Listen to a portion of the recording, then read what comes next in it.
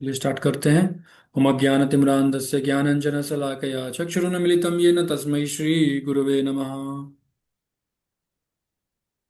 नमो विष्णुपादाय कृष्णपृष्ठाय भूतले श्रीमते भक्तिवेदांत स्वामी इति नाम्ने नमस्ते सरस्वती गौरवाणी प्रचारिणे निर्विशेष शून्यवादी पाश्चात्यस्थारिणे मुखं करोति वाचालं पङ्गुं लङ्घायते गिरिं वन्देऽहं तत्कृपा श्री गुरुदीनताय चैतन्येशं।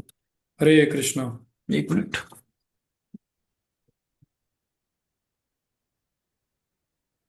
पिछला वाला अध्याय से कोई प्रश्न प्रश्न है क्या?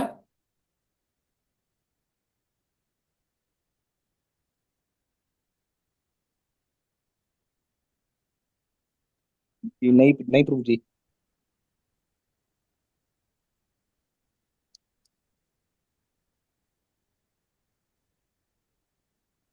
स्क्रीन दिख रहा है ना? यस प्रभु जी दिख रहा है। तो आज हम चैप्टर 3 पढ़ने वाले हैं। चैप्टर 3 में क्या है?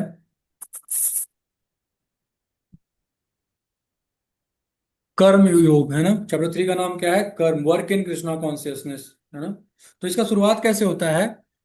चैप्टर 2 के वर्स नंबर 49 में जो है भगवान एक श्लोक बोलते हैं जिसे बोलते हैं दूरे दूरेन ही अवरम कर्म बुद्धि योगा धनंजय, है ना। बोलते हैं कि keep all abominable activities away by बुद्धि योगा। हाँ, ये बोलते हैं। तो अर्जुन जो है सोच में पड़ जाते हैं कि भगवान आप एक तरफ बोल रहे हैं बुद्धि योग का यूज करो और ये सब एबोमिनेबल एक्टिविटीज जो है इसको दूर रखो, और मेरे में बुद्धि को लगाओ, मेरे में लगाओ। तो कंफ्यूज हो जाते हैं कि आखिर आप कर्म कर्म करना है या फिर बुद्धि योग यानी कि संन्यास ले लेना है, रिनाउंस करना है क्या करना है? एग्जैक्टली मेरे को कंफर्म करके बताइए। तो चैप्टर 3 के वर्ष नंबर 1 और वर्ष नंबर 2 में अर्जुन प्रश्न पूछते हैं, वही प्रश्न कि आप दोनों चीज बोल रहे हैं, है ना। व्याम मिश्रेण वाक्येन बुद्धि मोहयसीव में तद एकम वदन निश्चित्य येन श्रेयो अपनुयाम।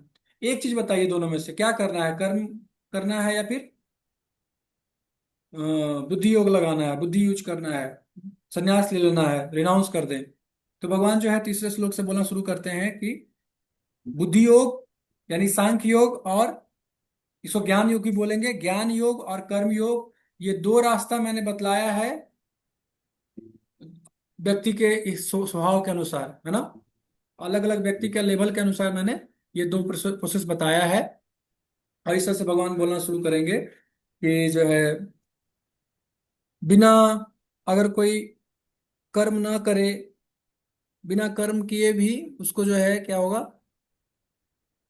वो कर्म ना करे, कर्म छोड़ दे तो भी जो है कुछ लाभ नहीं होगा। और केवल संन्यास करने से, केवल संन्यास ले लेने मात्र से भी परफेक्शन नहीं प्राप्त कर सकता है ना। और फिर भगवान बताते हैं कि कर्म करना चाहिए उसको। सो, है ना, कर्म करना चाहिए क्योंकि बिना कर्म के वो अपने बॉडी को भी मेंटेन नहीं कर सकता है। तो इस प्रकार से भगवान श्लोक 3 से लेकर श्लोक 9 तक अर्जुन के डिफेक्ट बताते हैं कि तुम्हारे डिजायर है रिनाउंस करने का, उसमें डिफेक्ट क्या है उसको बताते हैं। और कर्म योग, कर्म करने के लिए बोलते हैं भगवान, है ना। बिना कर्म किए तो हम अपने बॉडी को मेंटेन नहीं कर सकते हैं, है ना। शरीर को भी बनाए रखने के लिए हमको शरीर काम करना पड़ता है कि नहीं। ब्रश करना पड़ता है, नहाना पड़ता है, बाथरूम जाना पड़ता है। तो शरीर को भी मेंटेन नहीं कर सकते बिना कर्म किए, है ना। तो कर्म ज्यादा अच्छा है, कर्म नहीं करने से अच्छा कर्म करना ज्यादा बेटर है ना। और फिर भगवान बताते हैं कि अगर हर व्यक्ति अपने स्वभाव के वशीभूत होकर के कर्म करेगा ही करेगा, है ना। कोई ऐसा नहीं सोच सकता है कि मैं कर्म नहीं करूंगा। बिना कर्म की कोई नहीं रह सकता है। हर व्यक्ति का स्वभाव है और उस पर्टिकुलर स्वभाव के वशीभूत होकर के वो कोई ना कोई कर्म करेगा ही करेगा, चाहे गलत कर्म या सही कर्म, जो भी कर्म है उसका जो स्वभाव है उसके हिसाब से वो कर्म करेगा। इसलिए कर्म नहीं छोड़ सकता है। और अगर कोई व्यक्ति बिना स्टेज लेवल पहुंचे, एक लेवल होता है जिसमें संन्यास ले सकते हैं, जब तक हृदय शुद्ध नहीं हुआ है, जब तक व्यक्ति उस लेवल पे नहीं पहुंचा है और उसने संन्यास ले लिया है, तो क्या होगा, वो संन्यास लेने के बाद भी उसका पतन हो सकता है। संन्यास ले लिया है लेकिन जा करके स्त्री का चिंतन कर रहा है ना। अकेले में बैठ करके स्त्री का चिंतन कर रहा है क्योंकि हृदय शुद्ध नहीं हुआ है, अभी सेंसुअल डिजायर्स है उसके अंदर, वो करने की इच्छा है उसके अंदर। और उसने संन्यास ले लिया है, अभी योग्य नहीं है, लेकिन उसने घर बार त्याग दिया, तो ऐसा व्यक्ति क्या है, मिथ्याचारी है। बाहर से तो दिखा रहा है कि मैं, लेकिन अंदर मन में चिंतन स्त्री का करता है, तो ऐसा व्यक्ति सन्यासी नहीं है। तो इस प्रकार से भगवान जो है बताते हैं, तो उसको देखते हैं हम लोग। दूसरे अध्याय में हमने क्या क्या देखा था, ये देखा था संजय जो है अर्जुन की अवस्था बताते हैं कि अर्जुन जो है इस तरह जो है रथ पे बैठ गए हैं और सब कुछ त्याग दिए हैं, धनुष बाण को त्याग करके बैठ गए हैं, बोल रहे युद्ध नहीं करूंगा, है ड्यूटी नहीं करूंगा मैं अपना, अपने ड्यूटी को नहीं करने को बोल रहे हैं। तो भगवान जो है अर्जुन का निर्णय का नहीं ले पाना और समर्पण 2 से 10 श्लोक में बताते हैं अर्जुन कि मैं नहीं कर पा रहा हूँ, अभी भगवान को समर्पण कर देते हैं। ये साइलेंट कीजिए अपना प्रदीप प्रभु, आवाज आ रहा है।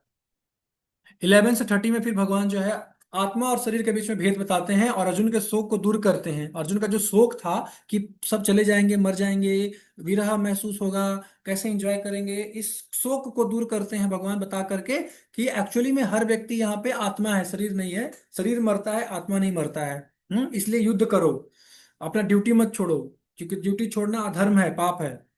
31 से 37 में निर्धारित कर्म द्वारा सुख, ड्यूटी करोगे तो तुमको सुख मिलेगा, है ना। ड्यूटी छोड़ करके सुख नहीं मिलेगा, ड्यूटी करने से एंजॉयमेंट आएगा, आनंद आएगा। जब तुम, अगर तुम मर गए तो स्वर्ग जाओगे, अगर तुम बच गए तो राज का भोग करोगे। तो युद्ध करो, ड्यूटी मत छोड़ो, किसी भी तरीके से ड्यूटी नहीं छोड़ने का। फिर 38 से 53 में बुद्धि योग निष्काम कर्म योग के बारे में बताते हैं। यहाँ पे अर्जुन कंफ्यूज होते हैं कि बुद्धि योग निष्काम कर्म योग दोनों चीज बता रहे हैं, आप समझ में नहीं आ रहा है मेरे को ये क्या बता रहे हैं। एक तरफ कर्म करने को बोल रहे हैं, ये युद्ध करने के लिए बोल रहे हैं, ये युद्ध तो पाप, युद्ध करने से तो पाप होगा, इतना हत्या करना पड़ेगा, इसमें पाप लगेगा, क्यों इसमें लगा रहे हैं मेरे को, संन्यास लेने दीजिए मेरे को, जंगल जाने दीजिए मेरे को, ऐसे अर्जुन बोल रहे थे। तो 54 श्लोक में फिर भगवान जब बताते हैं कि व्यक्ति जो है निष्काम कर्म योग करता है तो क्या उसकी स्थिति हो जाती है। तो अर्जुन पूछता है कि क्या कोई एग्जाम्पल है क्या, ऐसा कोई जो इस रास्ते पर चल रहा हो। तो भगवान उसका एग्जाम्पल बताते हैं, उसका लक्षण बताते हैं, स्थित प्रज्ञ का क्या लक्षण है, क्या भाषा है। और इस तरह से लास्ट 55 से 72 श्लोक में भगवान जो है पूरा उसके बारे में बताते हैं और अंतिम में बताते हैं कि ऐसी ब्राह्मी स्थिति जो जिसकी होती है वो अवश्य ही भगवान को प्राप्त करेगा। इस प्रकार से चैप्टर 2 फिनिश होता है। और चैप्टर 2 में कुछ प्रश्न, कुछ चीजें आती हैं। वो क्या है, श्री कृष्ण एक स्थित प्रज्ञ व्यक्ति कार्यों को समझाते हुए किसी प्राणी की उपमा या उदाहरण देते हैं। किसका एग्जाम्पल देते हैं पता है?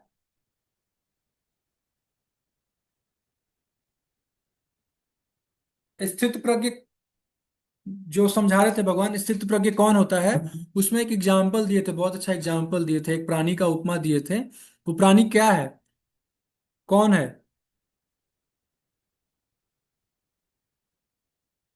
अगर ध्यान से सुने होंगे तो जरूर याद रहेगा। कछुआ का एग्जाम्पल दिए थे कि कछुआ कैसे अपनी इंद्रियों को जो है समेट लेता है जैसे ही खतरा दिखता है। उसी प्रकार से जो स्थित प्रज्ञ व्यक्ति है, जिसने उस लेवल को प्राप्त कर लिया है, वो जो है अपनी इंद्रियों को समेट लेता है जैसे ही खतरा दिखता है उसको। वो अपने इंद्रियों को अंदर की तरफ रखता है ना। भोग में नहीं लगता है वो। भोग की सिचुएशन आता है जहाँ पे भोग करने की सिचुएशन बनता है तो भी वो कंट्रोल कर लेता है, सहन कर लेता है। ये नहीं कि भोग में लग गया, भ्रष्ट हो जाएगा अगर भोग में लगेगा तो। तो आप देख रहे हैं फ्लो कैसे चल रहा है। चैप्टर 1 में चैप्टर 2 में पहचान बताया, फिर उसके बाद विचार और फिर कर्म करो। पहचान बता के विचार करो और फिर कर्म करो। इस प्रकार से शरीर, शरीर और आत्मा, तुम आत्मा हो जो शरीर के अंदर है। ये चीज बताएं। अर्जुन जो है युद्ध नहीं करने के 5 कारण बताएं। भगवान युद्ध करने के कारण बताते हैं, आत्मा मरती नहीं, शरीर का अंत तो होता ही है। इसलिए युद्ध करो, ये तुम्हारा स्वधर्म है, क्षत्रिय का धर्म है मारना। युद्ध जीतो या हारो दोनों में भौतिक सुख की प्राप्ति है, तो भौतिक सुख भी मिलेगा ही मिलेगा। कर्तव्य करने की भावना से लड़ोगे तो पाप भी नहीं। हम्म? पाप नहीं लगता। अगर कोई कर्तव्य करने की भावना से लड़ रहा है कि मेरा ड्यूटी है, I have to do it, तो उसको पाप नहीं लगता है। जैसे कोई आर्मी मैन है, वो अगर युद्ध करता है, आतंकवादियों को मारता है, टेररिस्ट को मारता है, तो उसको कोई पाप नहीं लगेगा क्योंकि उसका ड्यूटी है लड़ना। 2 धर्म होता है, एक आत्मा का, एक शरीर का, है ना। तो ये स्वधर्म, ये क्षत्रिय का धर्म क्या है, शरीर का धर्म या आत्मा का धर्म? बताइए, कौन बताएगा? हमारा दो धर्म है, एक शरीर का धर्म, एक आत्मा का धर्म, क्योंकि हम आत्मा है, शरीर नहीं है। लेकिन हमारा दो धर्म है यहाँ पे, एक शरीर का भी कुछ धर्म है और कुछ आत्मा का भी धर्म है। तो क्षत्रिय जो है युद्ध करता है, ये क्या धर्म है, किस चीज का धर्म है, आत्मा का या शरीर का? शरीर का है। यस, शरीर का है ये। शरीर उसका क्षत्रिय का है ना। तो उसको इसका धर्म करना पड़ेगा, जब तक शरीर है तब तक इसको भी निभाना पड़ेगा, जब तक वो उस स्थिति पर नहीं पहुंच जाता है जहाँ पे वो पूर्ण रूप से सेंस सेंस ग्रेटिफिकेशन से मुक्त हो चुका है, मटेरियल डिजायर खत्म हो चुका है, तब वो शरीर आत्मा के धर्म को अच्छे से कर सकता है। अर्जुन क्वेश्चन पूछ रहे हैं, हे जनार्दन हे केशव, यदि आप बुद्धि को सकाम कर्म से श्रेष्ठ समझते हैं तो फिर आप मुझे इस घोर युद्ध में क्यों लगाना चाहते हैं? वो कर्म का मतलब क्या समझ रहे थे? सकाम कर्म। लेकिन भगवान निष्काम कर्म करने के लिए बोल रहे हैं। लेकिन अर्जुन समझे कि सकाम कर्म बोल रहे हैं, मतलब कि कर्म कुछ लाभ, कुछ भौतिक इच्छा की पूर्ति के लिए कर्म करने के लिए बोल रहे हैं, है ना। जैसे युद्ध, युद्ध में वो सोच रहे हैं कि युद्ध करके राज्य मिलेगा भौतिक, ये क्या भौतिक राज्य प्राप्त करने के लिए हम इतना युद्ध कर रहे हैं, कितना खून बहा देंगे इतने सारे लोगों का, केवल राज्य के लिए? तो अर्जुन ऐसा सोच रहे हैं कि केवल राज्य प्राप्त करने के लिए भगवान मेरे को बोल रहे हैं हिंसा करो। ये तो मेरे को समझ में नहीं आ रहा है। तो अर्जुन जो है प्रश्न पूछते हैं, दो प्रश्न पूछते हैं। आप मुझे एक बात क्यों नहीं बता रहे हैं? कर्म का पथ या त्याग का पथ बताइए, ज्ञान या कर्म, क्या कर्म योग या ज्ञान योग, दोनों में से कोई एक बताइए। बुद्धि योग का मतलब वो ज्ञान समझ रहे थे, और कर्म का मतलब सकाम कर्म समझ रहे थे, ऐसा। क्या यह सच है कि कृष्ण जानबूझकर एक बात नहीं बता रहे हैं? नहीं, ऐसा बात नहीं है ना। भगवान बता रहे हैं कि मैंने दो प्रकार के प्रोसेस बताए हैं, एक कर्म योग, एक ज्ञान योग। जो ज्ञानी के लेवल पे है उसके लिए ज्ञान योग है, और जो कर्मी के लेवल पे है उसके लिए कर्म योग है। ये दो विभिन्न लक्ष्यों के साथ दो विभिन्न मार्ग हैं, ऐसा अर्जुन समझ रहे थे। लेकिन दो विभिन्न मार्ग नहीं है, ये स्टेजेस हैं। नर्सरी के बच्चे को आप जो है अ, क्या ट्रिग्नोमेट्री नहीं पढ़ा सकते हैं आप? या क्लास फिफ्थ के बच्चे को ट्रिग्नोमेट्री पढ़ाएंगे तो वो नहीं समझ पाएगा। समझ रहे हैं, मैथमेटिक्स दोनों ही पढ़ रहे हैं, लेकिन लेवल दोनों का, अंडरस्टैंडिंग लेवल दोनों का अलग अलग है। इसलिए हम क्लास 5 को क्लास 5 का ही टॉपिक पढ़ाएंगे, और क्लास 9 के बच्चे को क्लास 9 का टॉपिक पढ़ाएंगे, तभी समझ में आएगा। अगर हम दोनों को एक जैसा पढ़ा देंगे तो नहीं समझ में आएगा। तो भगवान ने वही लेवल बताया, कर्म योग का लेवल थोड़ा नीचे होता है और ज्ञान योग थोड़ा ऊपर होता है उससे। जब कर्म योग करके व्यक्ति थोड़ा प्योर हो जाता है तो ज्ञान योग के स्तर पे आ जाता है, जहाँ पे वो संन्यास ले सकता है, त्याग कर सकता है सब कुछ। लेकिन जब तक उसका हृदय शुद्ध नहीं हुआ है, मटेरियल डिजायर खत्म नहीं हुआ है, तब तक वो संन्यास नहीं ले सकता है। संन्यास लेगा तो गड़बड़ करेगा वो, समाज में उत्पात मचाएगा, वो लाल कपड़ा पहन लेगा और फिर सेक्स करेगा वो। तो ये नहीं करना है। इसलिए भगवान बता रहे हैं कि कर्म योग का लेवल, ज्ञान योग का लेवल, दो लेवल है, अलग अलग लेवल के व्यक्ति के लिए बताए हैं ऐसे। अर्जुन समझा था कि दो अलग अलग मार्ग बता दिए हैं, एक कर्म योग अलग रास्ता है, उसका अलग अलग गोल है, और ज्ञान का अलग गोल है, ऐसा ऐसा नहीं है। समझ में आ रहा है जी प्रभु जी। प्रदीप प्रभु? जी प्रभु जी। क्या समझ में आया? कर्म योग और ज्ञान योग दोनों एक ही तरफ जा, मतलब एक ही रास्ता है, बस स्टेजेस अलग है। Yes, good, very good. जी प्रभु जी बोलेंगे तो मैं क्वेश्चन पूछूंगा, नहीं समझ में आया तो नहीं बोलना है। जी बोल दिया तो फिर मैं क्वेश्चन पूछ दूंगा। तो बिल्कुल प्रभु जी। दोनों का लक्ष्य एक ही है, आत्म साक्षात्कार।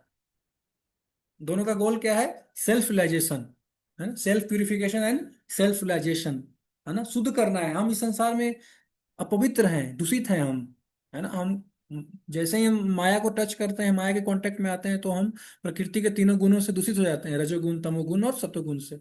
इसलिए हमारा लक्ष्य क्या होना चाहिए? संसार में आने का लक्ष्य यही है कि हम प्यूरिफाई करें अपने आप को, अपने अस्तित्व को शुद्ध करें, अपने आप को शुद्ध करें और भगवत धाम जाएं, है ना, ये है गोल।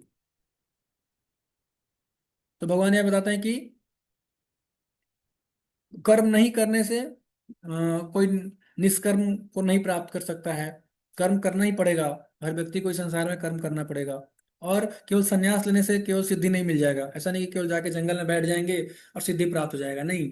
दोनों रास्ता, एकदम एक्सट्रीम रास्ता को नहीं पकड़ना है, कर्म करते हुए संन्यास की तरफ बढ़ना है, ये भगवान बता रहे हैं, है ना।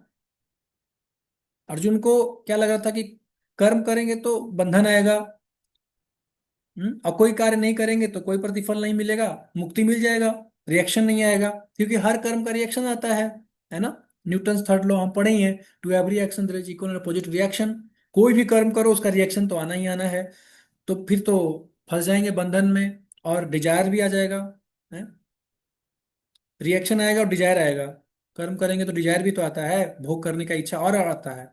जितना कर्म करो उतना। और संन्यास ले लेंगे तो अच्छा है, कोई कार्य नहीं करना पड़ेगा। अर्जुन ऐसा सोच रहे हैं कि कोई कार्य नहीं करना पड़ेगा, कोई रिएक्शन नहीं आएगा, मुक्त हो जाएंगे, लिबरेशन हो जाएगा। भगवान बोले नहीं, निष्क्रियता से, निष्क्रियता प्रतिफल, झूठा त्याग। निष्क्रियता हो गए हैं लेकिन सेंस ग्रेटिफिकेशन का डिजायर है, अंदर में इच्छा है भोग करने का, स्त्री को देख करके भोग करने का इच्छा है, लेकिन केवल बाहर से दिखा रहे हैं कि हम सन्यासी हैं, झूठा ढोंग कर रहे हैं, तो झूठा त्याग है। इससे इससे अच्छा तो, है ना, पाखंडी बन जाएंगे हम ऐसे। पाखंडी को भगवान यहाँ पे क्रिटिसाइज करते हैं, मिथ्याचार से उच्यते, pretender. Don't become pretender Arjun. Arjun pretender नहीं बनो तुम। तुम्हारा स्वभाव नहीं है, तुम्हारा लेवल नहीं है वो कि तुम त्याग सको, संन्यास ले सको। अभी अभी तुम्हारा लेवल है कर्म करने वाला लेवल, अभी तुम कर्म करो, ड्यूटी करो अपना, do your duty. Prabhupada ji यहाँ पे परपट में लिखते हैं कि एक स्वीपर जो है, ईमानदार स्वीपर जो है, वो एक चार्ल्टन मेडिटेटर से ज्यादा बेटर है। एक ढोंगी पाखंडी सन्यासी से ज्यादा बेटर है एक कर्मयोगी। एक एक जो व्यक्ति जो पैसे लेकर कर्म कर रहा है, ईमानदारी से कर रहा है ना काम अपना, धीरे धीरे ये मुक्त हो जाएगा, निष्काम कर्म करेगा तो धीरे धीरे भगवान को सेवा करेगा। आत्म साक्षात्कार के लिए मनुष्य शास्त्रों में बताया गया संयमित जीवन बिता सकता है और अनासक्त भाव से अपने कार्य करता रह सकता है ना। तो शास्त्र में जैसे बताया गया है प्रिस्क्राइब्ड ड्यूटी, जिसको बोलते हैं प्रिस्क्राइब्ड ड्यूटीज, मतलब जो शास्त्रों में प्रिस्क्राइब किया गया, जैसे डॉक्टर प्रिस्क्राइब करता है ना मेडिसिन, वैसे ही हमारे लिए हर व्यक्ति के लेवल के अनुसार शास्त्र में कर्तव्य बताए गए हैं कि क्या करना चाहिए। ब्राह्मण का कर्तव्य क्या है, क्षत्रिय का कर्तव्य क्या है, वैश्य का कर्तव्य क्या है, शूद्र का कर्तव्य क्या है, सभी का कर्तव्य बताया गया है। गृहस्थ का कर्तव्य क्या है, वानप्रस्थ का कर्तव्य क्या है,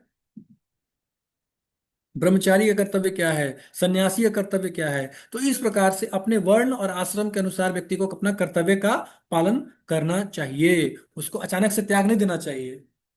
अचानक से आपने त्याग दिया तो क्या होगा, पाखंड हो जाएगा, समाज में उत्पात मचेगा, है ना। इसलिए शिक्षा क्या मिलता है, आध्यात्मिक या धार्मिक जीवन दिखावा के लिए नहीं है, नहीं यह किसी प्रकार का फैशन है, यह एक गंभीर जिम्मेदारी है आत्म प्रगति के लिए। समझ में आया? प्रदीप प्रभु बताएंगे क्या समझे, यस प्रभु जी। क्या समझे प्रभु जी।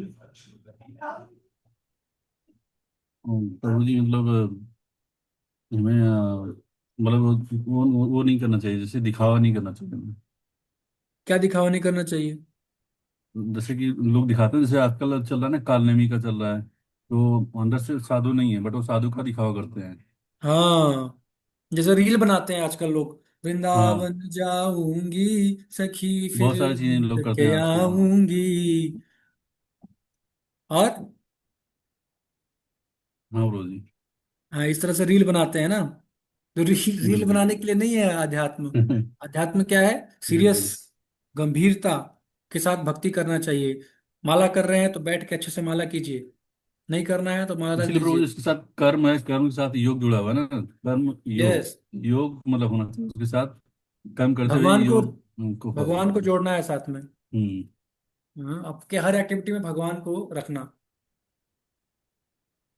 तो ये फैशन नहीं, आजकल फैशन बन गया है, लोग बहुत सारे दिखावा करते हैं, तो दिखावा नहीं करना चाहिए, पाखंड नहीं करना चाहिए, बल्कि हमको अपने लेवल को समझना चाहिए, मेरा लेवल क्या है, और उस अनुसार हमको अपना एक्टिविटी करना चाहिए भक्ति में। उसी हिसाब से हमको अपना रोल परफॉर्म करना चाहिए, है ना। लेवल के अनुसार, मेरा लेवल जितना है मैं उतना ही रहूंगा उस लेवल से, है ना। और धीरे धीरे अपने लेवल को बढ़ाना है भक्ति करके, योग करके। ऐसे अचानक से अगर क्षत्रिय है, उसका स्वभाव है क्षत्रिय लड़ना झगड़ना, और वो अचानक से संन्यास ले लेगा तो क्या होगा, फिर वो नहीं कर पाएगा, वो लेवल नहीं है अभी उसका, और ले लिया और संन्यास, वो फंस जाएगा, आगे चल के डिफिकल्टी होगा उसके लिए, है ना। फिर बाद में वो लाल कपड़ा पहन करके भोग करेगा और पूरा बदनाम होगा ना, समाज में बदनामी होगी, देखो देखो सन्यासी होकर के ऐसा कर रहा है, तो बदनामी होगा। इसलिए उसको पहले अपने आप को प्योर प्योर करना चाहिए, अपने कर्तव्य को करते हुए भक्ति करो, ऐसे धीरे धीरे प्योरीफाई करो अपने आप को, शुद्ध करो अपने आप को, है ना। काम क्रोध लोभ ईर्ष्या द्वेष भरा हुआ है, हृदय को शुद्ध करो धीरे धीरे। नियतम कुरु कर्म त्वम, अपने निर्धारित कर्तव्य का पालन करो, ऐसा करना कर्म नहीं करने से बेहतर है। अपने स्वभाव के अनुसार कर्म करना कर्म नहीं करने से बेहतर है ना। तो अर्जुन पूछते हैं लेकिन कर्म तो बंधन मिलेगा, रिएक्शन आएगा ना, डिजेक्शन डिजायर आएगा। तो भगवान फिर बोलते हैं कर्म नहीं कर्म योग करो। कर्म से बंधन आता है, कर्म योग से नहीं। कर्म करो लेकिन परिणाम के लिए नहीं। हम्म कर्तव्य के रूप में कर्म करो, यज्ञ के लिए कर्म करो, भगवान विष्णु की संतुष्टि के लिए करो, तब नहीं आएगा रिएक्शन। अगर कर्म भगवान के लिए करोगे तो नहीं आएगा रिएक्शन, कर्म परिणाम के लिए करोगे तो रिएक्शन आएगा। कर्म अगर भगवान के लिए करोगे तो रिएक्शन नहीं आएगा, और शुद्ध होंगे धीरे धीरे हम, प्यूरिफिकेशन होगा हमारा। हम्म तो यहाँ पे अर्जुन के भगवान, जो उसका डिजायर था रिनाउंस करने का, उसको काट रहे हैं यहाँ पे, उसका खंडन कर रहे हैं यहाँ पे कि ये जो डिजायर है ना, ये गलत डिजायर है तुम्हारा। समझ रहे हो, कर्म करना बहुत जरूरी है। यज्ञ अर्थात कर्मणो नेत्र लोकोयम कर्म बंधना, तदर्थम कर्म कौन्ते मुक्त संग समाचरण। श्री विष्णु के लिए यज्ञ रूप में कर्म करना चाहिए, अन्यथा कर्म के द्वारा इस भौतिक जगत में बंधन उत्पन्न होता है। अतः हे कुंती पुत्र, उनकी प्रसन्नता के लिए अपने नियत कर्म करो, इस तरह तुम बंधन से मुक्त रहोगे। भगवान के लिए करना चाहिए कर्म, वरना जो भी कर्म हम भगवान के लिए नहीं करेंगे, वो कर्म हमको बंधन में डालेगा ही डालेगा, रिएक्शन लाएगा ही आएगा उसका, उसका रिएक्शन आएगा, और फिर से शरीर लेना पड़ेगा हमको, फिर से इस संसार में आना पड़ेगा। समझ में आ रहा है। जो कर्म भगवान के लिए हम नहीं करेंगे, वो कर्म हमको फंसाएगा, वो कर्म हमको दोबारा जन्म लेने के लिए, जन्म लेने का कारण बनेगा। समझ रहे हैं, रिएक्शन तो आएगा ही आएगा कर्म का, लेकिन कर्म योग करेंगे, अगर हम भगवान के लिए कर्म करेंगे तो रिएक्शन, क्या अरविंद नेत्र प्रभु, रिएक्शन आएगा कि नहीं आएगा।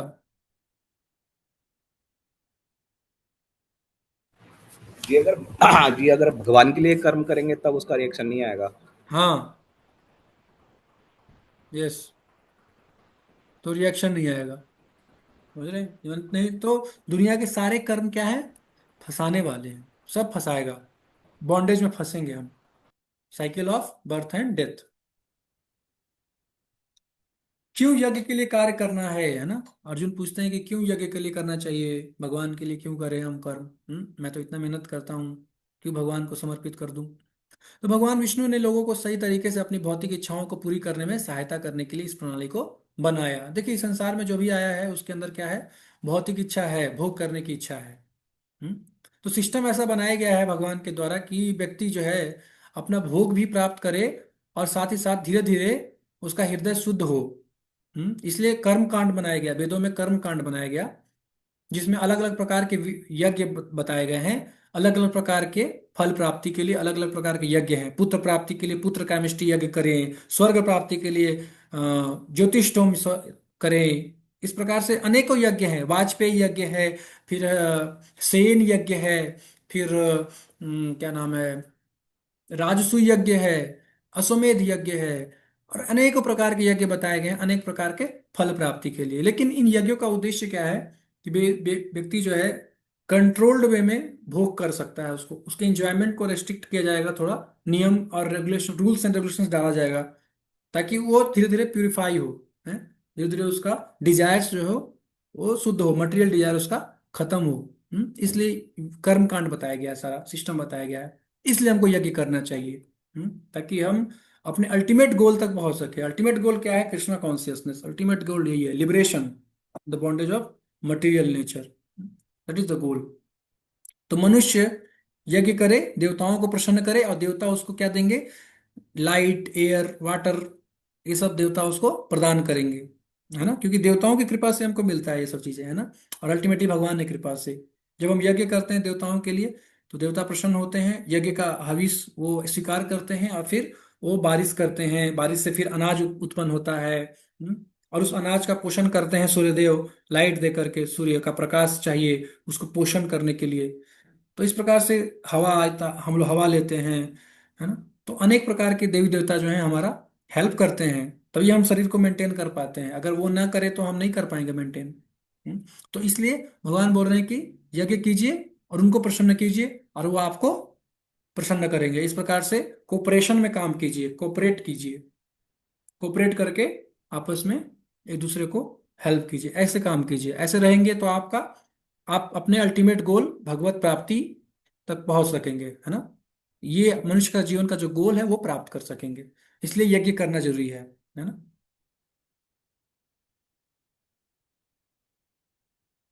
इच्छाओं की पूर्ति होगी, है ना। अनेक देवता, देवता कौन है? देवता भगवान के it's like limbs of body है, भगवान के अंग, शरीर के अंग बोल सकते हैं आप ऐसे, हैं? जैसे हमारे अभी पर्टिकुलर जो इंडिया का जो कानून है उसमें क्या है, प्राइम मिनिस्टर, फाइनेंस मिनिस्टर, और बहुत सारे मिनिस्टर्स हैं, फाइनेंस मिनिस्टर, और ये क्या बोलते हैं, स्पोर्ट्स मिनिस्टर, कल्चर मिनिस्टर, इस प्रकार से अनेकों मिनिस्ट्री है। उसी प्रकार से भगवान का भी यूनिवर्सल डिपार्टमेंट है, जिसमें कि अलग अलग मिनिस्ट्री नियुक्त किए गए हैं, अलग अलग जो है डेमी गॉड्स नियुक्त किए गए हैं अलग अलग कार्यों के लिए, जो मनुष्य को सुविधा प्रदान करते हैं। इंद्र का काम है बारिश करना, सूर्य का काम है प्रकाश देना, चंद्र का काम है क्या, टाइड वो करता है, और जो सब्जी है उसमें रस डालता है। इस प्रकार से अनेक देवता हैं, उनके अनेक अनेक प्रकार के काम है, वो मनुष्यों को जो है सुविधा प्रदान करते हैं, बेसिक नेसेसिटी प्रोवाइड करते हैं, और बदले में हमको यज्ञ करके उनको संतुष्ट करना चाहिए। ये सिस्टम बनाया गया है, ये साइकिल बनाया गया है भगवान के द्वारा। और अल्टीमेटली भगवान के लिए प्रसन्न करना होता है अल्टीमेटली।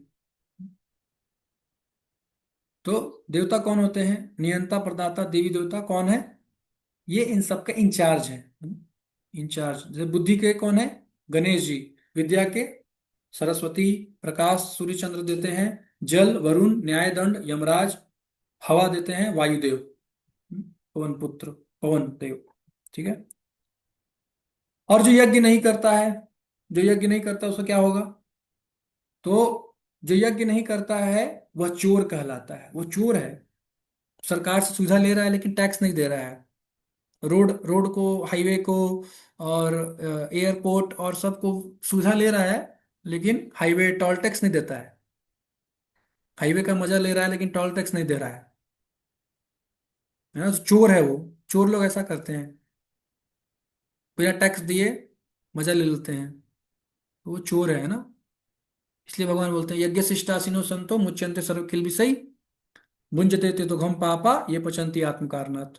जो केवल अपने लिए पकाता है भोजन, अपने स्वाद के तृप्ति के लिए करता है, वो चोर है ना। वो पाप खाता है, वो केवल पाप खाता है। इसलिए, और जो भगवान को भोग लगा के खाता है वो क्या है? यज्ञ शिष्टासिनो संतो मुच्यन्ते सर्व किल विषय, वो सारे पापों से मुक्त हो जाता है, सारे कलमश से मुक्त हो जाता है। इसलिए हमको भोग लगा के अर्पण करके खाना चाहिए, है ना। हम जो भी खाएं भगवान को जरूर अर्पित करें, तभी हमको खाना चाहिए as a matter of gratitude, है ना। इसको बोलते हैं ग्रेटिट्यूड, भगवान को ऑफर करना कि आपने हमको दिया है, तो आप पहले स्वीकार करें, फिर हम उसको प्रसाद के रूप में ग्रहण करें। इसको बोलते हैं ग्रेटिट्यूड। और जो ये ग्रेटिट्यूड नहीं रखता, जिसके अंदर ये ग्रेटिट्यूड नहीं है, वो क्या है? जो ग्रेटफुल नहीं है वो क्या है? Grateful, GREATFOOL। हाँ, तो या तो ग्रेटफुल या तो ग्रेटफुल। तो चॉइस हमारा है, हमको क्या बनना है, ग्रेटफुल या ग्रेटफुल। समझ में आ रहा है प्रदीप प्रभु? हाँ प्रभु जी, जो क्या? ग्रेटफुल नहीं है वो चोर है। हाँ, ग्रेटफुल या ग्रेटफुल दोनों में क्या फर्क है? मतलब दोनों में डिफरेंस है, एक ग्रेटफुल है, एक ग्रेट उसके बाद फुल है। हाँ, तो दोनों में से क्या बनना है वो चॉइस हमारा है ना। ठीक है। तो ये देखिए, एक बहुत अच्छा डिवोटी ने बुक लिखा है, फूड फूड योगा, कैसे हम भोजन को योग से जुड़ा हुआ है। तो अमेजन पे ये बुक मिलता है, इसमें बहुत सारी चीजें बताई गई हैं, कैसे हम ऐसा ऐसा डाइट डाइट प्लान वगैरह से बताया गया है इसमें, कि कैसे हम भोजन कर सकते हैं, और साथ साथ स्पिरिचुअल इवोल्यूशन से जोड़ा गया है इसको। तो ये बुक मिलता है म्यूजियम पे, तो देख सकते हैं। अब भगवान बताते हैं कि कैसे सिस्टम साइकिल बना कैसे है। तो भगवान समझा रहे हैं कि कैसे अन्नाद भवन्ति भूतानि पर्जन्याद अन्न संभवा है। तो बताया गया है कि यज्ञ जब हम अपने कर्तव्य को करते हैं यज्ञ के रूप में, तो उससे यज्ञ होता है। और उस यज्ञ से क्या होगा, उस यज्ञ से रेन होगा, बारिश होगा। और बारिश से क्या होगा, अनाज आएगा। और अनाज से क्या होगा, हम हमारा पुष्टि होगा, है ना, हमारा शरीर को पुष्टि मिलेगा। तो इस प्रकार से जब हम पुष्टि होंगे तो फिर हम दोबारा से यज्ञ करेंगे। तो इस प्रकार से साइकिल है, समझ रहे हैं। इस प्रकार से साइकिल है पूरा बना हुआ। यज्ञ करना क्यों जरूरी है, क्योंकि उससे बारिश होगा। बिना यज्ञ नहीं करेंगे तो बारिश नहीं होगा, अकाल होगा। अकाल होगा, अनाज नहीं उत्पन्न होगा, भूखे मरेंगे। इसलिए बारिश करना करवाना है तो हमको यज्ञ करना चाहिए। और कलयुग में क्या यज्ञ है, संकीर्तन यज्ञ चैतन्य महाप्रभु ने दिया है, हरिनाम संकीर्तन यज्ञ। बाकी सब यज्ञ कलयुग में संभव नहीं है। कलयुग में ना सामग्री है और ना ही कोई उतना पवित्र ब्राह्मण है। इसलिए कलयुग में बताया गया है हरिनाम यज्ञ, हरिनाम संकीर्तन यज्ञ करना चाहिए, है ना। इससे खूब बारिश होगा और कभी प्रॉब्लम नहीं आएगा अनाज वगैरह का। तो भगवान ने वेद दिया, भगवान ने पहले सृष्टि क्रिएट किया, फिर वेद दिया। वेदों के अनुसार हमको निर्धारित कर्तव्य बताया गया कि ऐसे कर्तव्य करो। ये कर्तव्य जो है यही यज्ञ के रूप में, कर्तव्य से ही यज्ञ होगा। और इस यज्ञ से वर्षा होगा, और वर्षा से अन्न भोजन होगा, और अन्न भोजन से जीव जंतु तुष्ट होंगे, पालन पालन पोषण होगा उनका, है ना। तो इस प्रकार से यज्ञ का चक्र है ये। तो इसको फॉलो करना चाहिए हमको, इस प्रोटोकॉल को फॉलो करना चाहिए। तो मनुष्य समाज में कोई समस्या नहीं आएगा, ये अकाल नहीं पड़ेगा भोजन का। आज कई देशों में अकाल पड़ा हुआ है, क्यों, क्योंकि लोग यज्ञ नहीं करते हैं, है ना, खाली पाप करते रहते हैं। इसलिए क्या है, मरते रहते हैं भूखे प्यासे, न बारिश होता है और न ही उनको अनाज मिलता है ना, क्योंकि पाप कर्म में लगे रहते हैं, गलत काम करते रहते हैं, मीट खाते हैं, गाय को खा मार के खाते हैं। तो इसलिए उनको जो है कुछ नहीं मिलता है। एक कृतज्ञ व्यक्ति भगवान को हर वस्तु के लिए धन्यवाद देता है और सदैव आभारी रहता है। जिसके हृदय में कृतज्ञता है उसका हृदय संतोष से भर जाता है ना। तो कृतज्ञता होना चाहिए हमारे हृदय में भगवान के लिए। वही संतुष्ट रहेगा वो व्यक्ति जो कृतज्ञ, हमेशा ग्रेटिट्यूड रहेगा कि भगवान ने मुझे कितना कुछ दिया है। हम्म। तो वो ग्रेटफुल रहता है। और जो ग्रेटफुल नहीं है वो क्या है, कंप्लेनिंग रहता है, वो कंप्लेन करते रहेगा, ये नहीं है, वो नहीं है, ये नहीं दिया, वो नहीं दिया। वो ये नहीं देखता है कि क्या मेरे पास है, वो ये देखता है कि क्या दूसरे के पास है, अब मेरे पास नहीं है। कंपेयर करते रहता है वो। ये नहीं देखता है कि क्या मेरे पास है, वो नहीं देखता है। क्या नहीं है वो देखता है। इसलिए कंप्लेनिंग मूड में रहता है वो, हमेशा कंप्लेन करते रहता है, हमेशा शिकायत। फिर विकर्म, कर्मकांड, कर्मयोग, बहुत सारे योगा लैडर होता है। योगा लैडर समझ रहे हैं, एक सीढ़ी है, योग का सीढ़ी। उसमें लेवल्स हैं, अलग अलग लेवल्स हैं, है ना। तो योगा लैडर बताया गया है, भगवान बताते हैं योगा लैडर के बारे में कि उसमें पाप कर्म आता है, विकर्म आता है। विकर्म क्या है, भौतिक इच्छाओं को पूरा करने के लिए पाप करना। ये विकर्म है, शास्त्रों को पालन नहीं कर रहे हैं, बस भौतिक इच्छा पूरा करने के लिए हम कुछ भी कर रहे हैं, चोरी कर रहे हैं, डाका डाल रहे हैं अलग अलग प्रकार के विकर्म कर रहे हैं। ये पाप कर्म है शास्त्रों के अनुसार। नहीं, भौतिक इच्छा पूरा भी करना है तो कैसे करना है, शास्त्रों के अनुसार चलो। जैसे वेद में बताया गया है वैसे भौतिक इच्छा पूरा करने के लिए, हर प्रकार की इच्छा को पूरा करने के लिए वेद में बताया गया है, सिस्टम है, उसको फॉलो करना है। कर्म कांड इज लाइक, भौतिक इच्छाओं को पूरा करना है निर्धारित कर्म द्वारा। बताया गया है उसमें कैसे करना है, तो उसके अनुसार चलो। और कर्मयोग यज्ञ के रूप में निर्धारित कर्तव्य, कर्म कर्तव्य भावना इच्छाएं अपने आप पूरा हो जाती है। तो कर्मयोग क्या है उसमें, ये टॉप कर्म है, सबसे टॉप लेवल का यज्ञ के रूप में निर्धारित कर्म, अपने निर्धारित कर्म को करना बिना किसी फल की इच्छा के, भगवान की संतुष्टि के लिए, तो अपने आप इच्छा पूरा हो जाएगा। जिसके अंदर नहीं रहता है उसको भगवान सब कुछ देते हैं। फिर जो त्याग करते हैं उनका कुछ कर्तव्य नहीं है। भगवान बताते हैं कि नहीं, आत्म साक्षात्कारी व्यक्ति का कोई भौतिक कर्तव्य नहीं, क्योंकि उनके पास भौतिक इच्छाएं नहीं, है ना। जो उस लेवल पे पहुंच चुका है, प्यूरिफाई हो चुका है, सेल्फ रिलाइज्ड हो चुका है, उसके पास कोई भौतिक इच्छा नहीं है, तो उसके लिए कोई कर्तव्य नहीं है।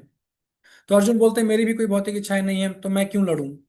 तो भगवान बोलते हैं कर्तव्य के लिए लड़ो, एग्जाम्पल सेट करो, एग्जाम्पल सेट करो। परफेक्शन प्राप्त कर चुके हैं लेकिन फिर भी एग्जाम्पल सेट करना चाहिए। भगवान बोले कि ज्ञान योग में भी, ज्ञानी भी, जो ज्ञान से युक्त है, जो जानता है कि शरीर नहीं आत्मा है, उसको भी कर्म करना चाहिए। किस लिए? एग्जाम्पल सेट करने के लिए, समाज को उदाहरण दिखाने के लिए। तो अर्जुन पूछते हैं कोई एग्जाम्पल है क्या? तो भगवान बोलते हैं हाँ, राजा जनक। दूसरों के लिए सही उदाहरण स्थापित करने के लिए, इस मार्ग पर चलने वाले किसी व्यक्ति का उदाहरण, तो राजा जनक। जनक महाराज जो थे वो मुक्त थे, मुक्त जीव थे, ज्ञानी थे, ज्ञान योग के स्टेज पे थे, लेकिन वो कर्म करते थे, राज दरबार संभालते थे और राजा बन के कर्म करते थे। क्यों? एग्जाम्पल सेट करने के लिए कि व्यक्ति को अपने कर्तव्य को नहीं त्यागना चाहिए किसी भी अवस्था में, अपने कर्तव्य को करते हुए भगवान को प्रसन्न करना चाहिए, है ना। ये है कर्मयोग is adding Krishna to your life, not subtracting anything but adding Krishna to your life, है ना। कुछ घटाना नहीं है, भगवान को जोड़ के लाना है अपने जीवन में, है? अपने कर्मों को भगवान की तरफ मोड़ना है। जो कर्म हम अपनी इंद्रिय तृप्ति के लिए कर रहे थे वो भगवान के लिए करेंगे। दैट इज द कर्मयोग। तो ऐसा क्यों? क्योंकि जो श्रेष्ठ पुरुष जो काम करता है, उस फॉलोअर्स उसको फॉलो करते हैं, है ना। महान व्यक्ति कुछ करता है तो फॉलोअर्स उसको फॉलो करते हैं, है कि नहीं। जैसे मोदी जी झाड़ू लगाए थे एक बार, झाड़ू, तो उसको देख करके पूरा देश में सब झाड़ू लगाने लगे, है ना। तो महान व्यक्ति कुछ करता है तो सब लोग उसको फॉलो करते हैं, है ना। आज के समय में सब करते हैं ऐसा। अपने उदाहरण से सिखाओ। चाणक्य पंडित ने बहुत अच्छा एग्जाम्पल दे के सिखाया था कि एक बार एक जापानी व्यक्ति आया था देखने की भारत का अर्थव्यवस्था कितना बढ़िया क्यों चल रहा है। चाणक्य पंडित के समय में, आज से 500 साल, 600, 1000 साल पहले, जब चाणक्य पंडित थे मगध देश के प्रधानमंत्री, और अशोक सम्राट जो थे वो उनके राजा थे। तो चाणक्य पंडित जो थे वो राजमहल में नहीं रहते थे, वो जंगल में रहते थे कुटिया बना करके। तो ये जापानी व्यक्ति आया और चाणक्य पंडित से मिलने के लिए झोपड़ी में गया। तो ये देखा कि अरे इतने बड़े राजा के प्रधानमंत्री हैं, लेकिन क्या है, झोपड़ी में रह रहे हैं। तो जैसे ही अंदर गया, नॉक नॉक किया, अंदर गया, तो चाणक्य पंडित उसको देखे और बोले कि आप थोड़ा इशारा से बोले कि बैठ जाइए, मैं अपना काम कर रहा हूँ, फिनिश करके आपसे बात करूंगा। तो चाणक्य पंडित लालटेन जला करके काम कर रहे थे। लालटेन समझते हैं ना? लालटेन समझते हैं प्रदीप प्रभु? लालटेन गांव में यूज होता था। हाँ प्रभु जी। हाँ, तेल डाल के हाँ प्रभु उसमें जी, यूज लालटेन कर। की चीज हम लोग पड़े हुए हैं। Yes yes. तो वो यूज कर रहे थे वो। तो जब वो काम कर लिए, उसको लालटेन को बुझा दिए, है ना, उसमें एक ऐसे घुमाने वाला, तो उसको बुझा दिए और सारा सामान को रख दिया, और फिर दूसरा लालटेन लेकर के आए और उसको जलाएं। तो ये जापानी वाला जो व्यक्ति था ये कंफ्यूज हो गया है, बोला कि ये क्या है, ये लालटेन को बुझा दिए, ये लालटेन को जला दिए, इसमें क्या है, इसमें और इसमें कोई फर्क है क्या? समझ में नहीं आया। तो बोले कि अभी जो मैं काम कर रहा था वो मैं राजा के लिए कर रहा था, और ये जो लालटेन है इसमें जो तेल है वो राजा के पैसे का था, राज दरबार के पैसे का था। इसलिए अभी जो मैं काम कर रहा हूँ, मैं आपसे बात कर रहा हूँ, ये मेरा पर्सनल काम है, इसलिए मैं अपना पर्सनल लालटेन यूज कर रहा हूँ, पर्सनल तेल है उसमें, मेरा पर्सनल पैसे का तेल है। तो ये जो व्यक्ति है वो देख के हैरान रह गया कि इतना वैराग्य है इस व्यक्ति के अंदर। ऐसा प्रधानमंत्री अगर देश में है तो उस देश का तो तरक्की होगा ही होगा। तो ये बड़ा खुश हो गया और चला गया अपने देश में वापस, जब उसको पता चला कि ऐसा प्रधानमंत्री है, इतना वैराग्य है इसके अंदर, है ना। अपना काम के लिए अपना तेल यूज कर रहे हैं, और राजा के काम के लिए, राज दरबार राज के काम के लिए राजा का तेल यूज कर रहे हैं, ऐसा इतना वैराग्य है। तो ये देख करके उनको संतुष्टि हो गया, उनको आंसर मिल गया कि ऐसा देश तो प्रगति करेगा ही करेगा जिसके अंदर इतना वैराग्य है। नए पार्थ, अब भगवान अपना एग्जाम्पल देते हैं कि मैं क्यों आता हूं, मेरे को तो कुछ नहीं लेना देना है इस संसार से, मेरे के अंदर तो कोई भौतिक इच्छा नहीं है, फिर भगवान क्यों आते हैं? तो भगवान आते हैं एग्जाम्पल दिखाने के लिए, एग्जाम्पल सेट करते हैं। कर्तव्य करो भले ही तुम्हें पसंद ना हो, क्योंकि ऐसा नहीं करना वास्तव में विनाशकारी हो सकता है ना। तो कुल का विनाश जो अर्जुन बोल रहे थे, कुल का विनाश हो जाएगा, उसका उत्तर भगवान दे रहे हैं कि अगर तुम कर्तव्य नहीं करोगे तो कुल का विनाश हो जाएगा, कर्तव्य नहीं करोगे तो पाप लगेगा तुमको, और तुम्हारा अपमान तो अलग से होगा। सब लोग बोलेंगे कि देखो अर्जुन जो है डरपोक है, भाग गया युद्ध से, कोई ये नहीं बोलेगा कि दया करके भाग रहे हैं, दया करके छोड़ रहे हैं। नहीं, लोग क्या सोचेंगे कि डर के मारे भाग रहा है ये। इसलिए कर्तव्य करो, नहीं तो कर्तव्य नहीं करोगे तो पाप लगेगा, विनाश होगा। ज्ञान में कर्म या अज्ञान में कर्म। कर्म दो प्रकार से किए जाते हैं, एक अज्ञानी व्यक्ति भी कर्म करता है और एक ज्ञानी व्यक्ति भी कर्म करता है। तो दोनों में फर्क क्या है? तो अज्ञानी व्यक्ति स्वयं को कर्ता मानता है। अज्ञानी व्यक्ति जो कर्म करता है उसमें वो भगवान को क्रेडिट नहीं देता है, वो बोलता है कि मैं जो किया है मैंने किया है, मैं मेहनत कर रहा हूँ, मेरे को फल मिलना चाहिए, जो भी रिजल्ट आए मुझे मिलना चाहिए, क्योंकि मैंने मेहनत किया है। देखो मैं अपना हाथ पर चलाया हूँ, हैं? मैं सुबह से शाम तक मेहनत कर रहा हूँ और पैसा किसी और को दे दूं, ऐसा नहीं होगा। है तो अपने आप को कर्ता मानता है। तो अर्जुन पूछते हैं कि फिर कर्ता कौन करता है? तो भगवान बोलते हैं कि केवल एक कर्ता नहीं है, कार्य कितने लोग करते हैं? भौतिक कार्य वास्तव में भौतिक प्रकृति द्वारा करे जाते हैं, भौतिक प्रकृति कार्य करती है ना। ये शरीर क्या है? भौतिक प्रकृति से प्राप्त है। तो विद्वान व्यक्ति सुख की इच्छा से इन कार्यों से में नहीं जुड़ता है ना। विद्वान व्यक्ति ऐसे भौतिक कर्म में नहीं जुड़ता है जो भोग की इच्छा से की जाते हैं, ऐसे कर्म में नहीं जुड़ता है व्यक्ति। विद्वान व्यक्ति है ना।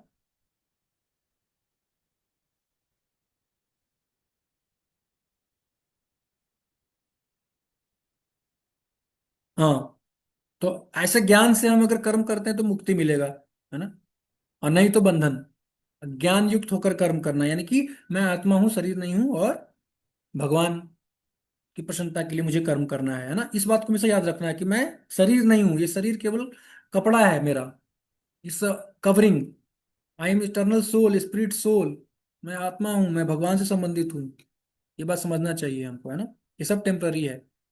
लेकिन बहुत बार एक ज्ञानी भी गलत कार्य कर बैठता है। ऐसा क्यों? क्या कभी कभी हम वो कर जाते हैं जो हमें नहीं करना चाहिए? ऐसा क्यों होता है? गहरा बद स्वभाव के कारण। स्वभाव व्यक्ति को विवश करता है ना। इसलिए अपने स्वभाव के अनुसार कार्य करो, प्रकृति के गुणों के अनुसार, है ना। कोई सोचेगा कि नहीं मैं नहीं करूंगा ऐसा, मैं युद्ध, क्षत्रिय का स्वभाव होता है युद्ध करना, युद्ध नहीं करेगा तो वो जबरदस्त जबरन युद्ध में लगाया जाएगा उसको, वो कर ही नहीं सकता अपने स्वभाव को, वो रिस्ट्रेन नहीं कर सकता है उसका स्वभाव, उसको जबरदस्ती उसको फोर्स करेगा, एक्टिविटी में लगाया जाएगा उसको। जो स्वभाव होता है व्यक्ति का, तो जल्दी छूटता नहीं है उस स्वभाव को, जो बन जाता है। इसलिए भगवान बोल रहे हैं कि स्वभाव के अनुसार ही चलो और धीरे धीरे वो शुद्ध होगा। स्वयं के निर्धारित कर्तव्यों का पालन करना भले ही दोषपूर्ण ढंग से क्यों ना हो, दूसरों के कर्तव्यों को अच्छी तरह से करने की तुलना में कहीं बेहतर है। इसलिए अपने ड्यूटी को करो। हो सकता है कि दूसरा का ड्यूटी आप अच्छा हो, हमसे बढ़िया लगे, लेकिन फिर भी हमको अपना कर्म करना चाहिए, है ना। क्षत्रियों के कर्म जो होते हैं वो थोड़ा दोषपूर्ण होते हैं, उसमें हिंसा करना पड़ता है ना। लेकिन ब्राह्मण के कर्म जो है टॉप क्लास होते हैं, ब्राह्मण जो है सबसे टॉप मोस्ट होता है, उसके कर्म बहुत अच्छे होते हैं।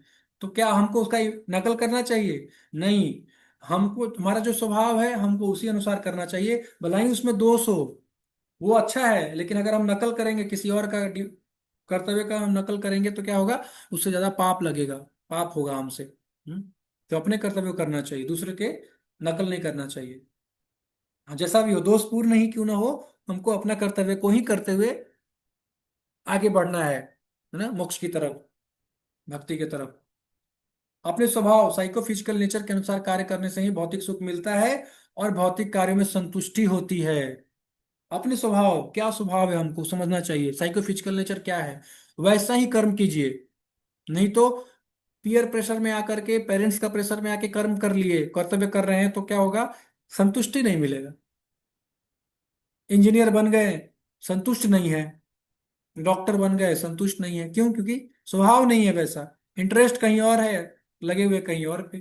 तो फिर उसको संतुष्टि नहीं मिलता है, सेटिस्फाइड नहीं होता है वो व्यक्ति, दुखी रहता है, बोरिंग रहता है, डिप्रेस्ड रहता है।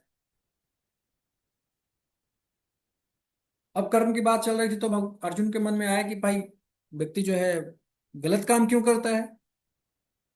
कर्म तो सब लोग करना चाहते हैं, ठीक है, लेकिन गलत काम क्यों करता है ना चाहते हुए भी? कोई चाहता नहीं है गलत काम करना, किसी के अंदर इच्छा तो नहीं है, क्योंकि जीवात्मा तो पवित्र होता है, जीव तो भगवान का अंश है, वो तो पवित्र है, फिर वो गलत काम क्यों कर जाता है? ये प्रश्न पूछते हैं, है ना। तो प्रभुपाद जी परपट में लिखते हैं कि कई बार लोग भगवान पे इल्जाम लगाते हैं कि भगवान जो है पाप में लगाते हैं। क्या भगवान पाप में लगाते हैं क्या? तो नहीं, ऐसा नहीं है, भगवान कभी पाप कर्म में हमको नहीं लगाते हैं। कि पाप कर्म का कारण क्या है, फिर क्यों व्यक्ति जो है जबरन पाप करता है ना चाहते हुए भी। तो काम ऐसा, क्रोध ऐसा, रजोगुण समुद्भव, रजोगुण से उत्पन्न काम, काम के कारण क्या, लस्ट, लस्ट है तो कष्ट है, इसलिए कृष्णा कॉन्शियसनेस मस्ट है। बात बिल्कुल स्पष्ट है। क्यों प्रदीप प्रभु? हाँ प्रभु जी। क्या? लस्ट है तो कष्ट है। इसलिए इस, इसलिए कृष्णा कॉन्शियसनेस मस्ट है। मस्त है। बात बिल्कुल हाँ, स्पष्ट है। स्पष्ट है। समझ हम्म। रहे हैं? बात बिल्कुल स्पष्ट है। लस्ट है तो कष्ट है। लस्ट बहुत खतरनाक है, बहुत खतरनाक। ये इतना पाप कराता है जितना कोई नहीं कराता है। और यहाँ पे एक कमेंट्री में बताते हैं कि लस्ट जो है वो, उसको पकड़ना बड़ा मुश्किल है। किसी इंसान के अंदर कितना लस्ट है उसको पकड़ नहीं पा सकते हैं आप। एंगर को पकड़ लेंगे आप, काम ऐसा, क्रोध ऐसा, क्रोध को समझ में आता है। अब किसी का मुंह देखेंगे तो क्रोध को समझ में आ जाएगा कि ये व्यक्ति क्रोध में है या नहीं है। लेकिन किस व्यक्ति के अंदर काम है वो पकड़ना बड़ा मुश्किल है कि नहीं? अरविंद नेत्र प्रभु, किसी व्यक्ति में काम है कैसे पकड़ेंगे?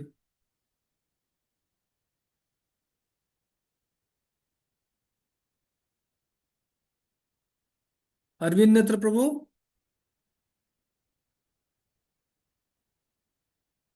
जी गुरु जी। किस व्यक्ति में काम है कैसे पकड़ा जाएगा? कामी व्यक्ति को कैसे पकड़ेंगे, कामी?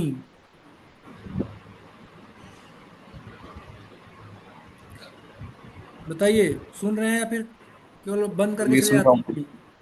नहीं नहीं, मैं था यहीं पे। हाँ, ऐसा जी, नहीं कामी कि व्यक्ति को। तो बड़ा मुश्किल है कामी व्यक्ति को पकड़ना। काम, हम सब के अंदर काम है। कामना तुम्हारे सबसे बड़ा दुश्मन है, ये काम। ओह, इस भीतर के शत्रु पर जीतना आसान नहीं है। अर्जुन बोलता है ये तो बड़ा, बहुत मुश्किल है इसको जीतना। भगवान बोलते नहीं, तुम कर सकते हो, yes, you can do it. Bye practice, like मतलब यस। कंटिन्यू एफर्ट हर बार। फिर ये बताया गया कि काम जो है अलग अलग मात्रा में होता है व्यक्ति के अंदर। कैसे? मनुष्य में होता है जैसे धुआं, अग्नि में जैसे धुआं होता है ना, धुआं, धुआं से अग्नि जो है दिखता नहीं है, ढक जाता है।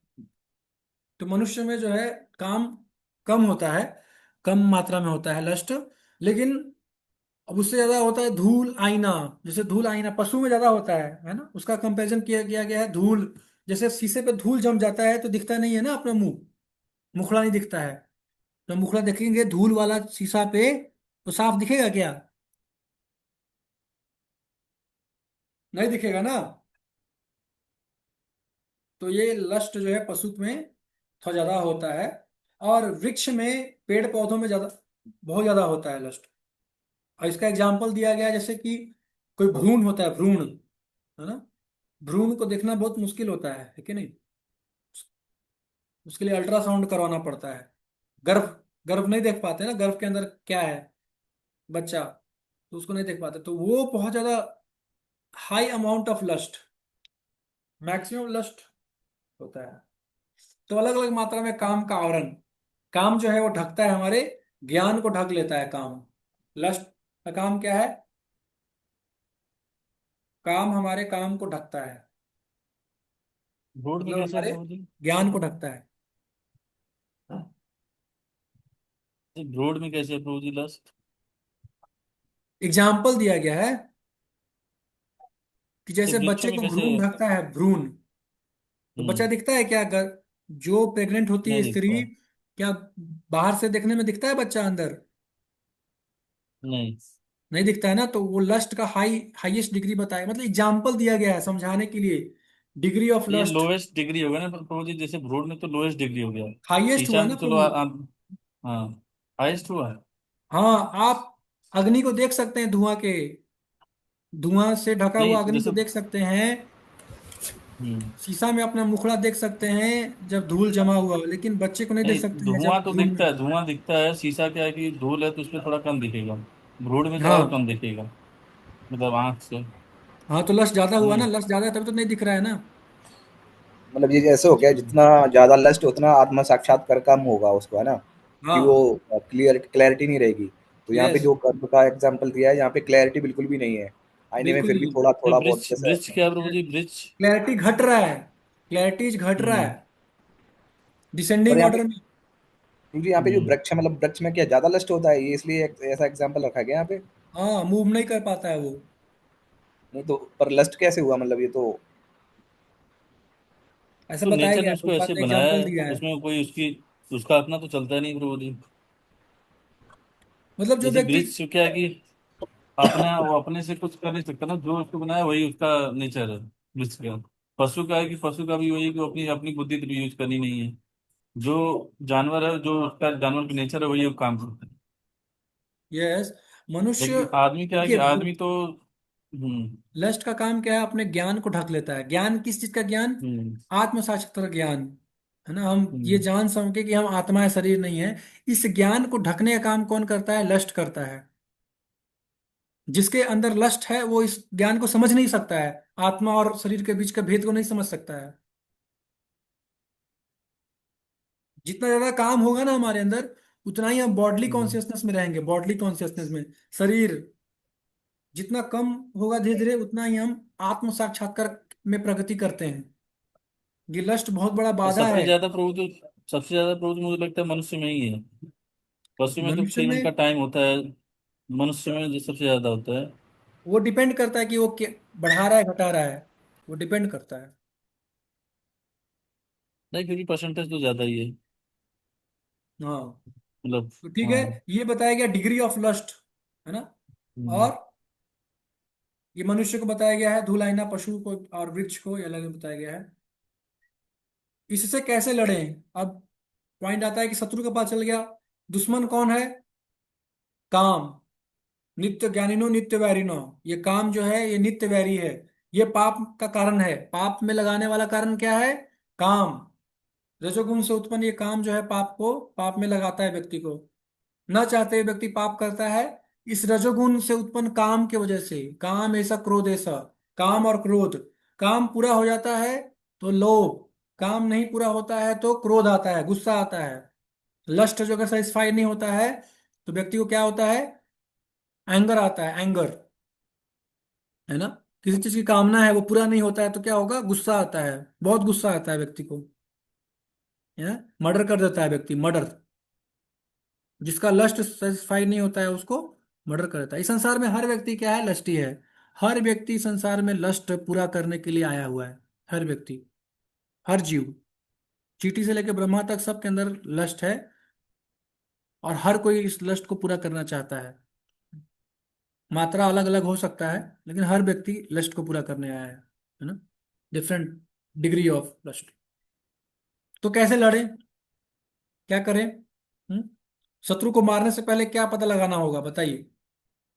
पता उसकी चल गया लस्ट शत्रु है, अब क्या करें? मतलब देखना पड़ेगा वो किस लेवल का है, कितना स्ट्रांग है, कहाँ पर है। कहाँ पर है? यस। ये लस्ट तो बहुत बड़ा दुश्मन है, लेकिन कहाँ पे है ये? इसका लोकेशन क्या है? ये किस मन जगह पे पे, छुपा बैठा है? पे। तभी तो अटैक करेंगे ना। लेकिन जैसे मिलिट्री मैन लोग ढूंढते हैं शत्रु किधर बैठा है, सैटेलाइट इमेज यूज करते हैं, मैप यूज करते हैं, रडार यूज करते हैं, ताकि शत्रु को लोकेट करके मिसाइल वहीं पे फोड़ेंगे, हैं, वहीं पे मिसाइल फेंकेंगे। तो ये काम को मारने के लिए कौन सा मिसाइल फेंकना पड़ेगा? पहले पता लगाओ कि दुश्मन कहाँ छुपा हुआ है, शत्रु कहाँ है, ये पता लगाना बहुत जरूरी है। ये पता चल जाएगा तभी हम उसको खत्म कर सकते हैं, नष्ट करेंगे उसको। तो कैसे पता चलेगा? इसे कैसे लड़े? शत्रु के तीन स्थान है, इंद्रिय, मन और बुद्धि। तीन जगह पे काम होता है लस्ट। कहाँ कहाँ पे होता है? इंटेलिजेंस में, माइंड में और सेंसेस में। तीन जगह पे कहाँ है लस्ट? तीन जगह पे है। हमारे तीन स्थान पे, शरीर के तीन स्थान पे लस्ट है। कहाँ कहाँ पे? हमारी इंद्रियों में, मन में और बुद्धि में लस्ट है। ठीक है, लोकेशन पता चल गया। अब कैसे इसको खत्म करना है? तो पहले इंद्रियों को निशाना बनाओ। पहले इंद्रियों को जो है हटाओ, उसको भगवान में लगाओ। अपने आंखों में जिसमें लस्ट है उसको भगवान को देखने में लगाओ। कानों को भगवान को कथा सुनने में, हरि कथा, हरि हरि नाम सुनने में लगाओ। इस प्रकार से निशाना बनाओ अपने इंद्रियों को, सबसे पहले इंद्रियों को, क्योंकि इंद्रियां सबसे पहले, सबसे ग्रॉस है, ग्रॉस लेवल पे इंद्रियां हैं जो काम का सबसे बड़ा शिकार बनती हैं। उसके बाद मन, मन तो उसके ऊपर बैठा रहता है, इंद्रियों के ऊपर। तो इंद्रियां जहां जाती हैं मन को खींच लेती हैं। और उसके ऊपर बुद्धि है। अगर मन, बुद्धि स्ट्रांग नहीं हुआ तो मन उसको भी खींच लेता है। और बुद्धि खींच लिया गया मतलब आत्मा भी गया। इसलिए पहले इंद्रियों को, फिर मन को, और फिर बुद्धि को क्या करो, वश में करो। इसको लगाओ भगवान की सेवा में, तब बचेगा। तो नहीं बचेंगे, कोई तरीका नहीं लस्ट से बचने का। पाप होगा ही होगा हमसे। अगर हमको पाप से बचना है तो अपने इंद्रियों को, अपने मन को, अपने बुद्धि को भगवान की सेवा में लगाना ही पड़ेगा। There is no second option.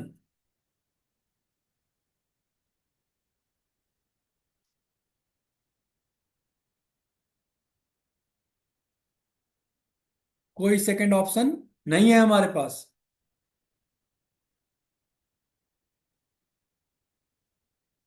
इस शत्रु पर जीत प्राप्त करने के लिए क्या चाहिए? आध्यात्मिक बुद्धि और बल चाहिए। क्या? आध्यात्मिक बुद्धि और बल। जो बुद्धि है उसको बताया गया है कि वो एज ए गार्ड है, गार्ड, आत्मा का गार्ड। बॉडी गार्ड समझते हैं ना? बॉडी गार्ड होता है, गेट पे गार्ड होता है ना खड़ा, वो एंट्रेंस को रोकता है, गार्ड। कोई भी दुष्ट व्यक्ति को एंटर नहीं करने देता है, गार्ड है ना। तो बुद्धि हमारा गार्ड है, वो आत्मा का गार्डिंग करता है।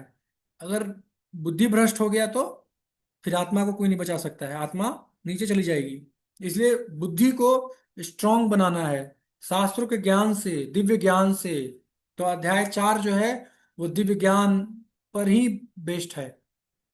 पूरा अध्याय 4 में भगवान दिव्य ज्ञान का गुणगान करेंगे। ये दिव्य ज्ञान कितना इंपॉर्टेंट है, क्या है, और कैसे प्राप्त होता है, वो सब बताएंगे अध्याय 4 में। तो यहाँ पे अध्याय 3 समाप्त होता है इस आखिरी 43वां श्लोक से, कि आध्यात्मिक बुद्धि और बल चाहिए है? आध्यात्मिक ज्ञान से हम अपने लस्ट को खत्म कर सकते हैं। ठीक है। कर्म योग, कर्म द्वारा योग, कर्तव्य स्वयं के लिए है। ठीक है। तो अध्याय 3 से लेकर अध्याय 6 तक भगवान जो है योगा लेटर समझाएंगे, योगा लेटर। निष्काम कर्म, फिर ज्ञान, और फिर योग, ये तीनों समझाएंगे। कर्म, ज्ञान, योग, ये तीनों मार्ग को बता देंगे, अच्छे से इलेबोरेट कर देंगे। और लास्ट में बोलेंगे कि भक्ति योग इज बेस्ट। अध्याय 6 में जब योग खत्म होगा तो भगवान बोलेंगे भक्ति योग सबसे बेस्ट है। लेकिन पहले इन तीनों को बताएंगे, एक्सप्लेन करेंगे, क्योंकि हमारा लेवल अलग अलग लेवल है हमारा, है ना। हम डायरेक्ट भक्ति के लेवल पे नहीं है क्या। हालांकि हमको इस्कॉन में भक्ति करने के लिए बोल दिया जाता है फर्स्ट स्टेप पे, लेकिन हमारा लेवल नहीं होता है उस स्टेज पे, है ना। हालांकि डायरेक्ट भक्ति करना चाहिए हमको, कोई दिक्कत नहीं है उसमें। लेकिन हमको इस सब को जानना चाहिए, स्टेजेस को, अलग अलग स्टेज भी होता है। भक्ति तक पहुंचने के लिए बहुत सारे स्टेज होते हैं योगा लेटर में। कर्म योग, ज्ञान योग, ध्यान योग, अष्टांग योग, ये सब बताएंगे भगवान स्टेप बाय स्टेप। व्यक्ति के कॉन्शियसनेस को धीरे धीरे एलिवेट करके भक्ति योग पे लाया जाए, जहाँ पे सीधे भगवान से जुड़ते हैं व्यक्ति। शिक्षा क्या मिलता है? इच्छाएं इनकार करें या शुद्ध करें, इच्छाओं को हम जो रोक नहीं सकते हैं उसको शुद्ध करना चाहिए। माला करना चाहिए, हरि नाम करने से हमारी इच्छा शुद्ध होगा। कर्म का नियम क्या सिखाता है? ये हम स्वतंत्र नहीं है, स्वतंत्र नहीं है, हम कर्म करने के स्वतंत्र नहीं है। इसलिए कर्म का नियम हमें यही सिखाता है कि हम स्वतंत्र नहीं है, हम सर्वेंट हैं, ये सिखाता है। लोगों को केंद्र में रखकर जियो, है ना। पीपल कॉन्शियस लीडर कैसा होना चाहिए? पीपल कॉन्शियस, है ना। हमको लोगों की प्रसन्नता के लिए निस्वार्थ सेवा करना चाहिए, लोगों का सेवा करना चाहिए, परोपकार करना चाहिए। हर व्यक्ति को स्पेशल फील कराना चाहिए, है।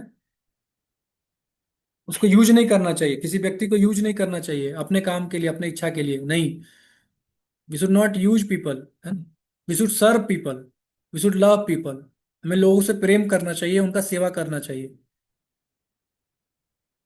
ठीक है। आंतरिक युद्ध लड़ो, फाइट इनर बैटल। आज आज वो महाभारत युद्ध की जरूरत नहीं है, वो भी हो रहा है, लेकिन आंतरिक बैटल ज्यादा जरूरी है। अंदर में जो द्वंद्व चलता है, युद्ध जो होता है, डिप्रेशन, है ना, डिसीजन और इंजॉयमेंट में लेना होता है, हमको डिसीजन लेना होता है हर समय, क्या करें। कर्तव्य में और अ, जब कर्तव्य हो और एंजॉयमेंट हो, दोनों में क्या हम डिसाइड करें, तो ये चीज यहाँ बताया गया है। हमको कर्तव्य पे चलना चाहिए। आंतरिक युद्ध लड़ो, आंतरिक युद्ध चलते रहता है हमारे माइंड में हमेशा। कोई कुछ बोल दिया तो युद्ध होते रहता है, क्या करूं, सहना है या रिप्लाई कर दें, क्या करें, what to do in that case. कुछ गलत दिख गया तो क्या करूं, बोलूं या नहीं बोलूं, चुप रहूं या फिर कुछ बोलूं। हमेशा बैटल चलता रहता है हमारे माइंड में, है कि नहीं, मन में हमेशा चलता रहता है, क्या करूं, ये करूं या ये करूं, ये नहीं करूं या ये करूं, ये करना चाहिए या नहीं करना चाहिए, हमेशा सोचते रहते हैं। सोचना भी चाहिए। आंतरिक युद्ध लड़ो, भगवत गीता का सपोर्ट लीजिए, है ना। जब भी ऐसा सिचुएशन आए, आता ही है, जब भी ऐसा सिचुएशन हमारे पास हमेशा होगा, लाइफ में आएगा ही सिचुएशन, बहुत आएगा, जहाँ पे आपको चूज करना होगा, ये या फिर ये, दिस और दिस, व्हाट टू डू। परिवार को मारूं या फिर कर्तव्य का पालन करूं, अर्जुन की तरह। बहुत सारे, अर्जुन का तो बहुत बड़ा युद्ध था, अर्जुन का युद्ध तो परिवार वालों से था। लेकिन अभी कलयुग में तो छोटा छोटा युद्ध होता है हमारा, उसको भी जीतने के लिए भगवत गीता का हेल्प चाहिए, सही डिसीजन लेना चाहिए। तो भगवत गीता हर फील्ड के लिए, हर व्यक्ति के लिए लाभकारी है कि नहीं। टेंथ के बाद क्या करना है, साइंस लेना है, कॉमर्स लेना है या फिर आर्ट्स लेना है, इसमें ही भगवत गीता हेल्प करता है। भगवत गीता बोलता है कि अपने स्वभाव को देखो, तुम्हारा स्वभाव क्या है। स्वभाव अगर ब्राह्मणिकल है तो साइंस लो, वैसे है तो कॉमर्स लो, है? इस प्रकार से स्वभाव, आर्ट्स लो, अगर शूद्र हो तो आर्ट्स लो, स्वभाव के अनुसार चूज करो अपना ऑक्यूपेशन, अपना जॉब, अपना करियर, अपना लाइफ पार्टनर चूज करो, चरित्र देखो लाइफ पार्टनर का। ऐसे नहीं कि बस खूबसूरत देखकर लग लग गए, या फिर पैसा कमाता है इसलिए शादी कर लो, नहीं, चरित्र होना चाहिए, वो बहुत इंपॉर्टेंट है। प्रोत्साहन दो और मार्गदर्शन करो, अप्रिसिएट करना चाहिए हमको, अपने अपने डिपेंडेंट्स को, जो हम पे डिपेंड, हमारे बच्चे, हमारे, हमारी वाइफ, हमारे परिवार जो हम पे डिपेंडेंट है, उसको अप्रिशिएट करना चाहिए और मार्गदर्शन करना चाहिए। Should enlighten them. लीडर, है ना, लीडरशिप पोजीशन पे जो भी है, उसको एनलाइटन करना चाहिए, प्रोत्साहन देना चाहिए, अप्रिशिएट करना चाहिए, डिस्करेज नहीं करना चाहिए, अगर आप लीडर हैं तो एक नजर में देख लेते हैं पूरा अध्याय। तो 1 से 2 में अर्जुन पूछते हैं कर्म करें या त्याग कर दें। भगवान बोलते हैं कि निष्काम कर्म योग करो। 10 से इसमें कर्मकांड से कर्मयोग, है ना, भगवान सारा बताते हैं लेवल्स, कर्म कांड, कर्म, सकाम कर्म योग, निष्काम कर्म योग, सब कुछ बताते हैं। यज्ञ क्यों करना चाहिए उसका भी हमने समझा, यज्ञ करना क्यों जरूरी है, बहुत जरूरी है यज्ञ करना। 17 से 35 में निष्काम कर्म योग द्वारा अच्छा उदाहरण स्थापित करो। 37, फिर 36 में अर्जुन पूछते हैं कि गलत कार्य के लिए कौन विवश करता है। कार्य तो ठीक है, कार्य तो हम करेंगे, लेकिन गलत कार्य क्यों होता है, इसका कारण क्या है। तो भगवान बोलते हैं कि तुम्हारा शत्रु काम पर जीत प्राप्त करो, काम के वजह से, लस्ट है कारण उसका, लस्ट को हराओ, डिफीट दिस एनिमी और लस्ट। तो भगवान बताते हैं कि आध्यात्मिक ज्ञान से ये लस्ट खत्म होगा। अब आध्यात्मिक ज्ञान क्या है, कैसे लेना है, वो अध्याय 4 में बताया जाएगा। ठीक है, कोई प्रश्न है तो पूछिए। थैंक यू वेरी मच, हरे कृष्णा। हरे हरे कृष्ण। कृष्ण जी। क्योंकि जैसे अभी आपने जो एक पीपीटी दिखाई थी, इसमें आप एग्जांपल बता रहे थे कि लस्ट कैसे कवर कर लेता है नॉलेज, मतलब उसको, तो उसमें आपने ये भ्रूण का एग्जांपल लिया था। तो उसमें ऐसे नीचे जो वृक्ष लिखा था, मतलब ये कहाँ से था ऐसे, मतलब उसमें ऐसा है कि अब वृक्ष में प्रभुपाद ज्यादा जी ने होता है। प्रॉपर्टी कितना लिखा है। नहीं, ऐसा तो हो सकता है कि उसमें चेतना कम होगी, ये बात मैं, मेरे को समझ में आती है कि उसमें चेतना कम होती है, पर चेतना कम होने का मतलब ये है कि लस्ट ज्यादा होगा। नहीं नहीं, लस्ट लस्ट से तो ढका आदमी के हुआ अंदर है। ज्यादा, क्योंकि आदमी क्या है, वो वृक्ष क्या है, वो तो प्रजनन होता है ना, एक क्रिया उसके लिए होता है, जानवरों में भी प्रजनन का क्रिया होता है। बट नहीं आदमी तो मनोरंजन के लिए, इंटरटेनमेंट के लिए करता है, ये ज्यादा हो गया ना फिर तो। नहीं, पर लस्ट का ऐसा है ना, मतलब lust is not only sex desire, lust मतलब कोई भी डिजायर, कोई या भी एंजॉय desire करने का मतलब लाइक हाँ तो इंडिपेंडेंट रहना या डिजायर मतलब आदमी है ना प्रभु जी, सारे डिजायर तो भोग आदमी करने करता की है। इच्छा। पृथ्वी तक छोड़ता है, पूरे दूसरे ग्रह पे चला जा रहा है, तो डिजायर तो हाँ। सबसे ज्यादा आदमी के अंदर ही है। यस। डिजायर मतलब आदमी इक्विवेलेंट हो लेकिन जाएगा। लेकिन बताया गया है कि जैसे कोई नंगा रहता है, बहुत नंगा रहने का आदत है, तो उसको पेड़ बनाया जाता है, पेड़। जैसे ये नारद मुनि ने यमला अर्जुन का आप स्टोरी सुने हैं? जो अर्जुन वृक्ष बने थे भगवान कृष्ण के घर में, नारद मुनि ने श्राप दिया था कुबेर के दो पुत्रों को जी जी। कि वृक्ष बन जाओ, क्योंकि वो नंगे थे और लस्टी डिजायर्स को फुलफिल कर रहे थे। वो अप्सराओं के साथ नंगे नदी में स्नान कर रहे थे, तालाब में। तो नारद मुनि जब आए तो स्त्रियों ने अपना शरीर ढक लिया, लेकिन वो दो कुबेर के जो पुत्र थे वो नहीं ढके। वो शराब के नशे में और ऐसे ही मतलब मद मस्त थे। तो नारद मुनि ने उनको श्राप दिया कि आप जो है वृक्ष बन जाओ, क्योंकि आपको नंगे रहने का बहुत शौक है, तो आप वृक्ष बन जाओ। तो वो वृक्ष बन गए नंद महाराज के घर पे, और जब भगवान कृष्ण आए तो उनका उद्धार किए, है ना। हम यमला अर्जुन, अर्जुन के वृक्ष बने। तो उनका जो नलकुबर और मणिग्रीव उनका नाम था, नलकुबर और मणिग्रीव कुबेर के पुत्र थे, बाद में उनका उद्धार किया भगवान ने। तो वृक्षों में ज्यादा होता है, ऐसा बताया गया है, कष्ट ज्यादा होता है, इंजॉय करने की टेंडेंसी ज्यादा होती है जिसके अंदर, उसको वृक्ष बना दिया जाता है। और पशुओं में भी बहुत ज्यादा डिजायर होता है ना। बंदर, बंदर को देखते रहो। अगर आप इधर गिरिराज जी में बंदर को देखेंगे तो दिख जाता है, मतलब they are doing sex something sometimes like that. So हर टाइम लगे रहते हैं, ऐसा नहीं है, हर टाइम भी लगे रहते हैं। तो लाइक दैट मनुष्य में कंट्रोल किया जा सकता है, मनुष्य में कंट्रोल, लस्ट को कंट्रोल कर सकता है मनुष्य, है ना। अगर वो आध्यात्मिक ज्ञान को प्राप्त करके लस्ट को कंट्रोल कर सकता है मनुष्य। अगर ना, अगर पशु की तरह भोग कर रहा है तो फिर पशु बन जाएगा वो। लेकिन मनुष्य जनरली, मनुष्य के अंदर लस्ट पशुओं से कम है, पशु और वृक्षों से कम है। इंजॉयमेंट करने की टेंडेंसी उनसे कम है, क्योंकि वो तो भोग योनि है ना, खाली भोग करता है, भोग भोग भोग कम है। लेकिन अगर वो इस अपॉर्चुनिटी का फायदा नहीं उठाया, है ना, और अगर उसने आध्यात्मिक जीवन नहीं अपनाया, भगवान की भक्ति नहीं किया, उसने कर्म योग नहीं किया, तो पशु बन सकता है वो। अगर उसको पशु जैसा कर्म कर रहा है तो पशु ही बनेगा वो, है ना। दिन भर सेक्स में लगा हुआ है, दिन भर भोग करने में लगा हुआ है, तो क्या करेगा उसको? फिर भगवान भोग योनि में डाल देंगे उसको कि जाओ भोग योनि में डल गिरो, नीचे गिरो। पशु की तरह आचरण कर रहा है तो पशु ही बन जाओ तुम, है, तो पशु बन जाएगा। तो इस तरह से है। देवता योनि और पशु योनि दोनों भोग योनि है। देवता योनि में अच्छा भोग मिलता है, और पशु योनि में लोग हर खराब कैटेगरी का भोग मिलता है, लेकिन दोनों ही भोग योनि है। मनुष्य योनि एक ऐसा योनि है जहाँ पे आप अपने आप को ऊपर भगवत धाम भी ले जा सकते हैं, या तो नीचे गिरा सकते हैं। मनुष्य योनि सबसे श्रेष्ठ है। इसमें हमको भक्ति करना चाहिए, नहीं तो फिर मौका नहीं मिलेगा। बड़ा मुश्किल है, कलयुग में तो बहुत अच्छा अपॉर्चुनिटी है, कम समय में हम लोग 30-40 साल भक्ति करके भगवत धाम जा सकते हैं, बहुत कम समय में। बाकी युग में तो 1000 साल, 1 लाख। इस युग में अरे 30-40 ओनली। हरि नाम अच्छे से भजन किए, सेवा किए, वैष्णव अपराध से बच करके अगर हमने सेवा किया तो हम भगवत धाम जा सकते हैं। बहुत आसान है।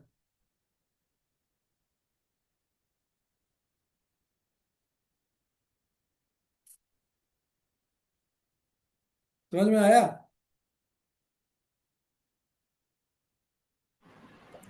जी पूरी।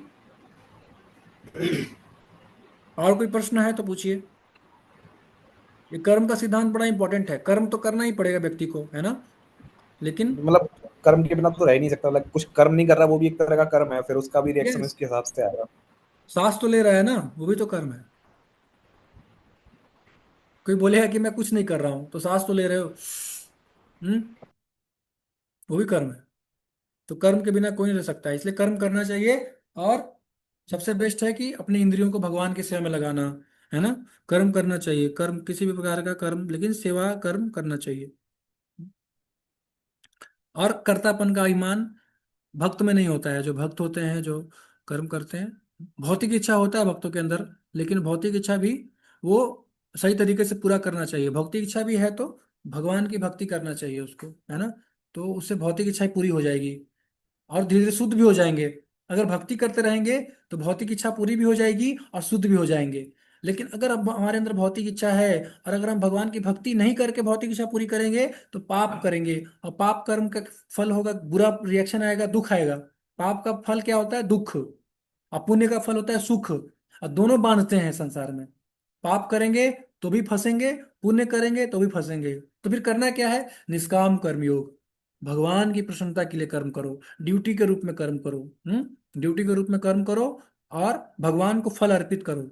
निष्काम कर्म योग इज लाइक भगवान को फल अर्पित करना, है ना। भगवान की सेवा में पैसा पर जो भी आपको पैसा मिला उसमें से कुछ अपना जो जरूरत का है उतना निकाल लिए और बाकी भगवान की सेवा में लगाना, उसको बोलते हैं निष्काम कर्म योग। आप त्याग कर रहे हो ना भगवान के लिए, आप त्याग कर रहे हो, कुछ परसेंटेज त्याग कर रहे हो अपना। जो भी कर, मतलब ऐसा नहीं कि पैसा ही देना चाहिए। मतलब अगर आपके पास पैसा है तो पैसा दो, आपके पास समय है तो समय दो। भगवान की सेवा के लिए जाओ, मंदिर में सेवा करो, प्रचार करो, बुक डिस्ट्रीब्यूशन करो। जो भी सेवा आप कर सकते हो करो भगवान के लिए। दैट इज कॉल्ड इस काम कर। कुछ भी करो लेकिन भगवान को फल अर्पित करो, फलों को भगवान को अर्पित करो, खुद मत भोग करो। धीरे धीरे ऐसे करते रहोगे तो क्या होगा? ज्ञान योग के स्टेज पे आ जाएंगे। ज्ञान योग के स्टेज पे व्यक्ति को फिर उसका डिजायर पूरा हो जाता है, मटेरियल डिजायर ज्यादा नहीं रहता है, प्योर हो जाता है, फिर वो भक्ति योग में लग सकता है।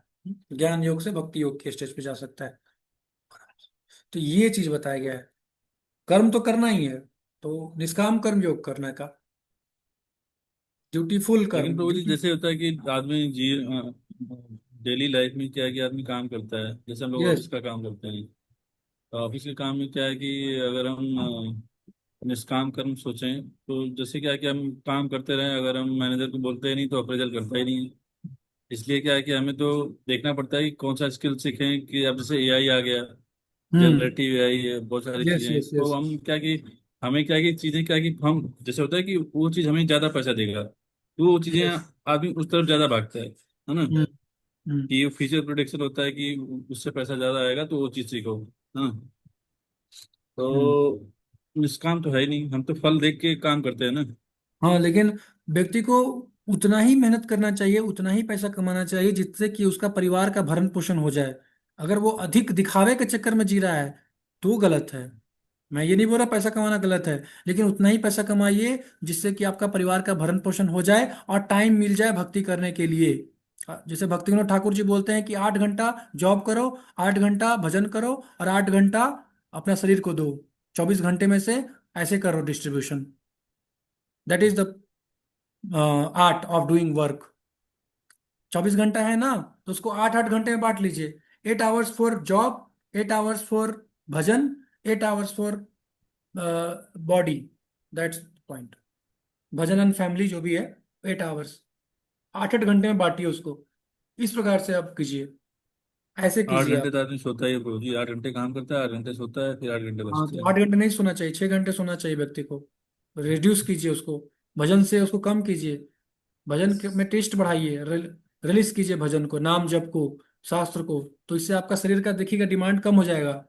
जितना हम्म। शरीर का डिमांड कम होगा उतना ही आप ज्यादा टाइम निकाल पाएंगे, है ना। प्रभुपाद 3 घंटे सोते थे, है ना। लेकिन हम लोग को क्या बोले हैं? 6 घंटे सोने के लिए बोले हैं।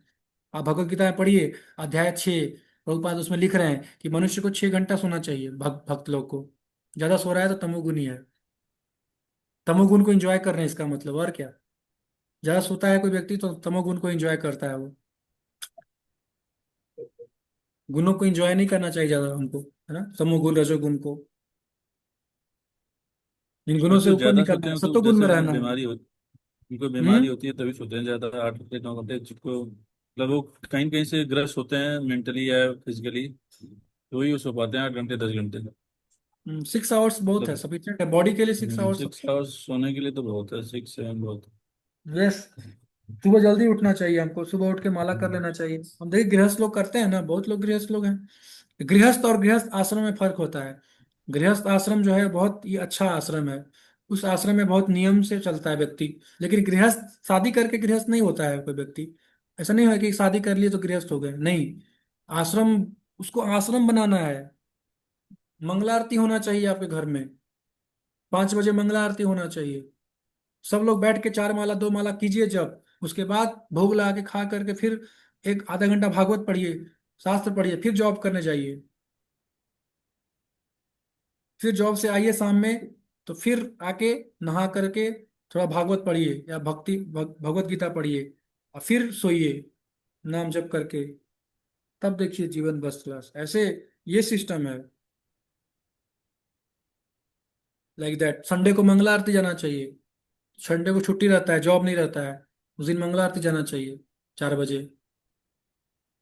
पूरा मॉर्निंग प्रोग्राम करके 9 बजे तक फिर आना चाहिए। हम्म। बच्चे हैं तो बच्चे को सुला दीजिए। अगर बच्चा सोने वाला है तो उसको सुला दीजिए अपना। अगर कोई है देखने वाला घर में तो देख केयर टेकर को दे दीजिए, देखेगा कोई भी जो भी है, या हस्बैंड या वाइफ जो भी है, एक व्यक्ति या जो भी।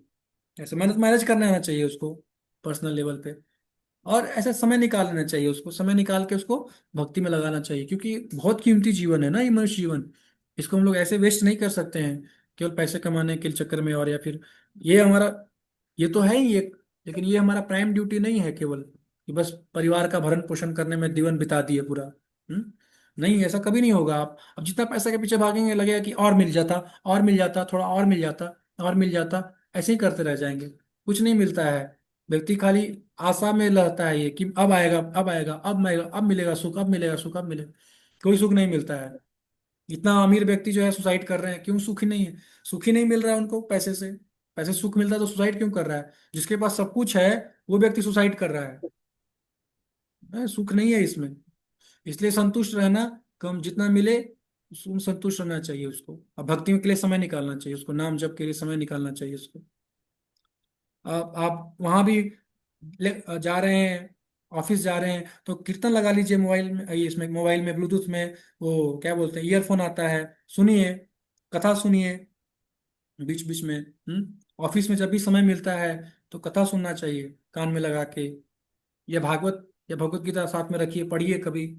और जहाँ ऑफिस में छुट्टी मिला पढ़ लिए, समय मिला, ब्रेक मिला। तो गप्पे मारने से तो अच्छा है कि पढ़ना चाहिए बैठ। इधर उधर गप्पे मारते रहते हैं, चुगली करते हैं एक दूसरे का, उससे अच्छा है कि समय निकाल के पढ़ना चाहिए। तो बहुत समय मिलता है, जो व्यक्ति चाहेगा उसको बहुत अपॉर्चुनिटी मिल जाता है, समय निकाल करके वो पढ़ लेगा शास्त्र को। अपॉर्चुनिटी को मोबाइल में अब बेदाबेस है, बेदाबेस खोल के पढ़ लिए ऑनलाइन गूगल पे। माला नहीं ले जा सकते तो काउंटर ले जाइए, काउंटर में चैंटिंग कर सकते हैं। हाथ में काउंटर लगा के चैंटिंग कर सकते हैं। तो बहुत सुविधा है आज आज के समय में व्यक्ति के लिए। जो भक्ति कर सकता है अपना, भक्ति is very easy to do any time.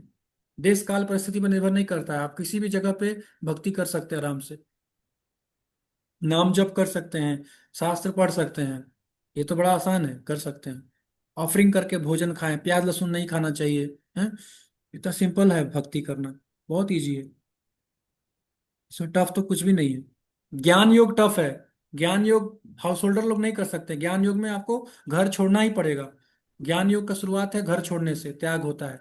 Himalaya पे जाके बैठना पड़ेगा, तपस्या करना पड़ेगा। लेकिन भक्ति योग में कहीं भी रहिए भक्ति योग कर सकते हैं। कहीं भी रखिए, भगवान को ऑफरिंग करके खाइए, नाम जप कीजिए, हरे कृष्णा कृष्णा कृष्णा हरे हरे, हरे राम राम राम हरे हरे। कहीं भी शास्त्र खोल के पढ़िए। वेदा बेस आ गया है अब तो मोबाइल में खोलिए, मोबाइल में पढ़िए। किंडल आ गया, किंडल में पढ़िए। लैपटॉप में पढ़िए। किताब नहीं है तो लैपटॉप में पढ़िए, पूरा प्रभुपाद का बुक लैपटॉप में है वेदा बेस में। फ्री में पढ़ सकते हैं, पैसा नहीं है तो।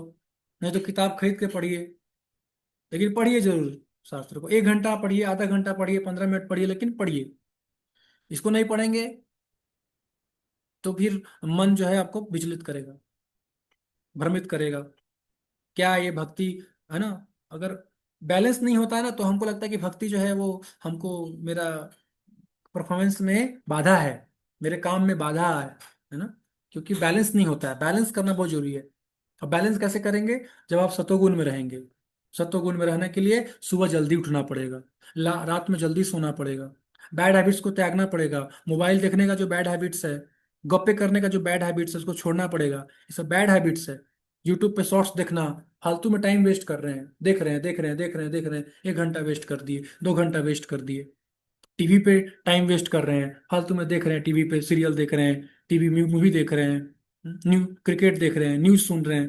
न्यूज सुनने की क्या जरूरत है इतना ज्यादा? तो ये सब चीजें में वेस्ट करते हैं टाइम। तो टाइम को बचा करके। न्यूज देख के तो आदमी को टेंशन ही होता है। हम्म हमारे देखने से कुछ सुधरने वाला है क्या? सही हम बात उस देख के बदल देंगे क्या कुछ? है। हैं? अपना भक्ति करो और निकलो इस संसार से। ये संसार भौतिक, इसमें दुख आएगा ही आएगा, कभी कुछ होगा कभी कुछ होता है। इधर तो होता ही रहेगा प्रॉब्लम। ये प्रॉब्लम बनाई है भगवान, बता रहे हैं भगवान की प्रॉब्लम होगा इस संसार में, बनाया ही इस तरह है। प्रॉब्लम देने के लिए ही बनाया है, ताकि प्रॉब्लम दे और वो तबाह परेशान होकर के मेरे पास आए। फ्रस्ट्रेशन बनाए हैं इसलिए, ताकि वो परेशान होकर के मेरे पास आए। और सब कुछ आराम रहेगा तो फिर वो भगवान के पास आएगा ही नहीं। सही है। आजकल इसलिए तो बनाया बाबूजी गया। न्यूज की जगह लोग रील देख रहे हैं दिन भर। हाँ, तो इसलिए परेशान हो रहे हैं ना। तबाह भी, सुसाइड भी तो यूथ कर रहे हैं खूब सारे। 10 लाख यूथ हर साल रील हो सुसाइड गया, करते हैं नेट, पूरी दुनिया में। बहुत सारी मूवियाँ हो गई। अब सब कुछ इंटरनेट से हो गया ना। पहले क्या है कि पहले सब चीजें एक्सेसिबल नहीं थी। यस। तो पहले लोग खेलते थे, बाहर जाते थे, मिलते थे एक दूसरे से। अब क्या है कि सब लोग मोबाइल में ही बिजी रहते हैं। ठीक है, ओके। और कोई प्रश्न है तो पूछिए।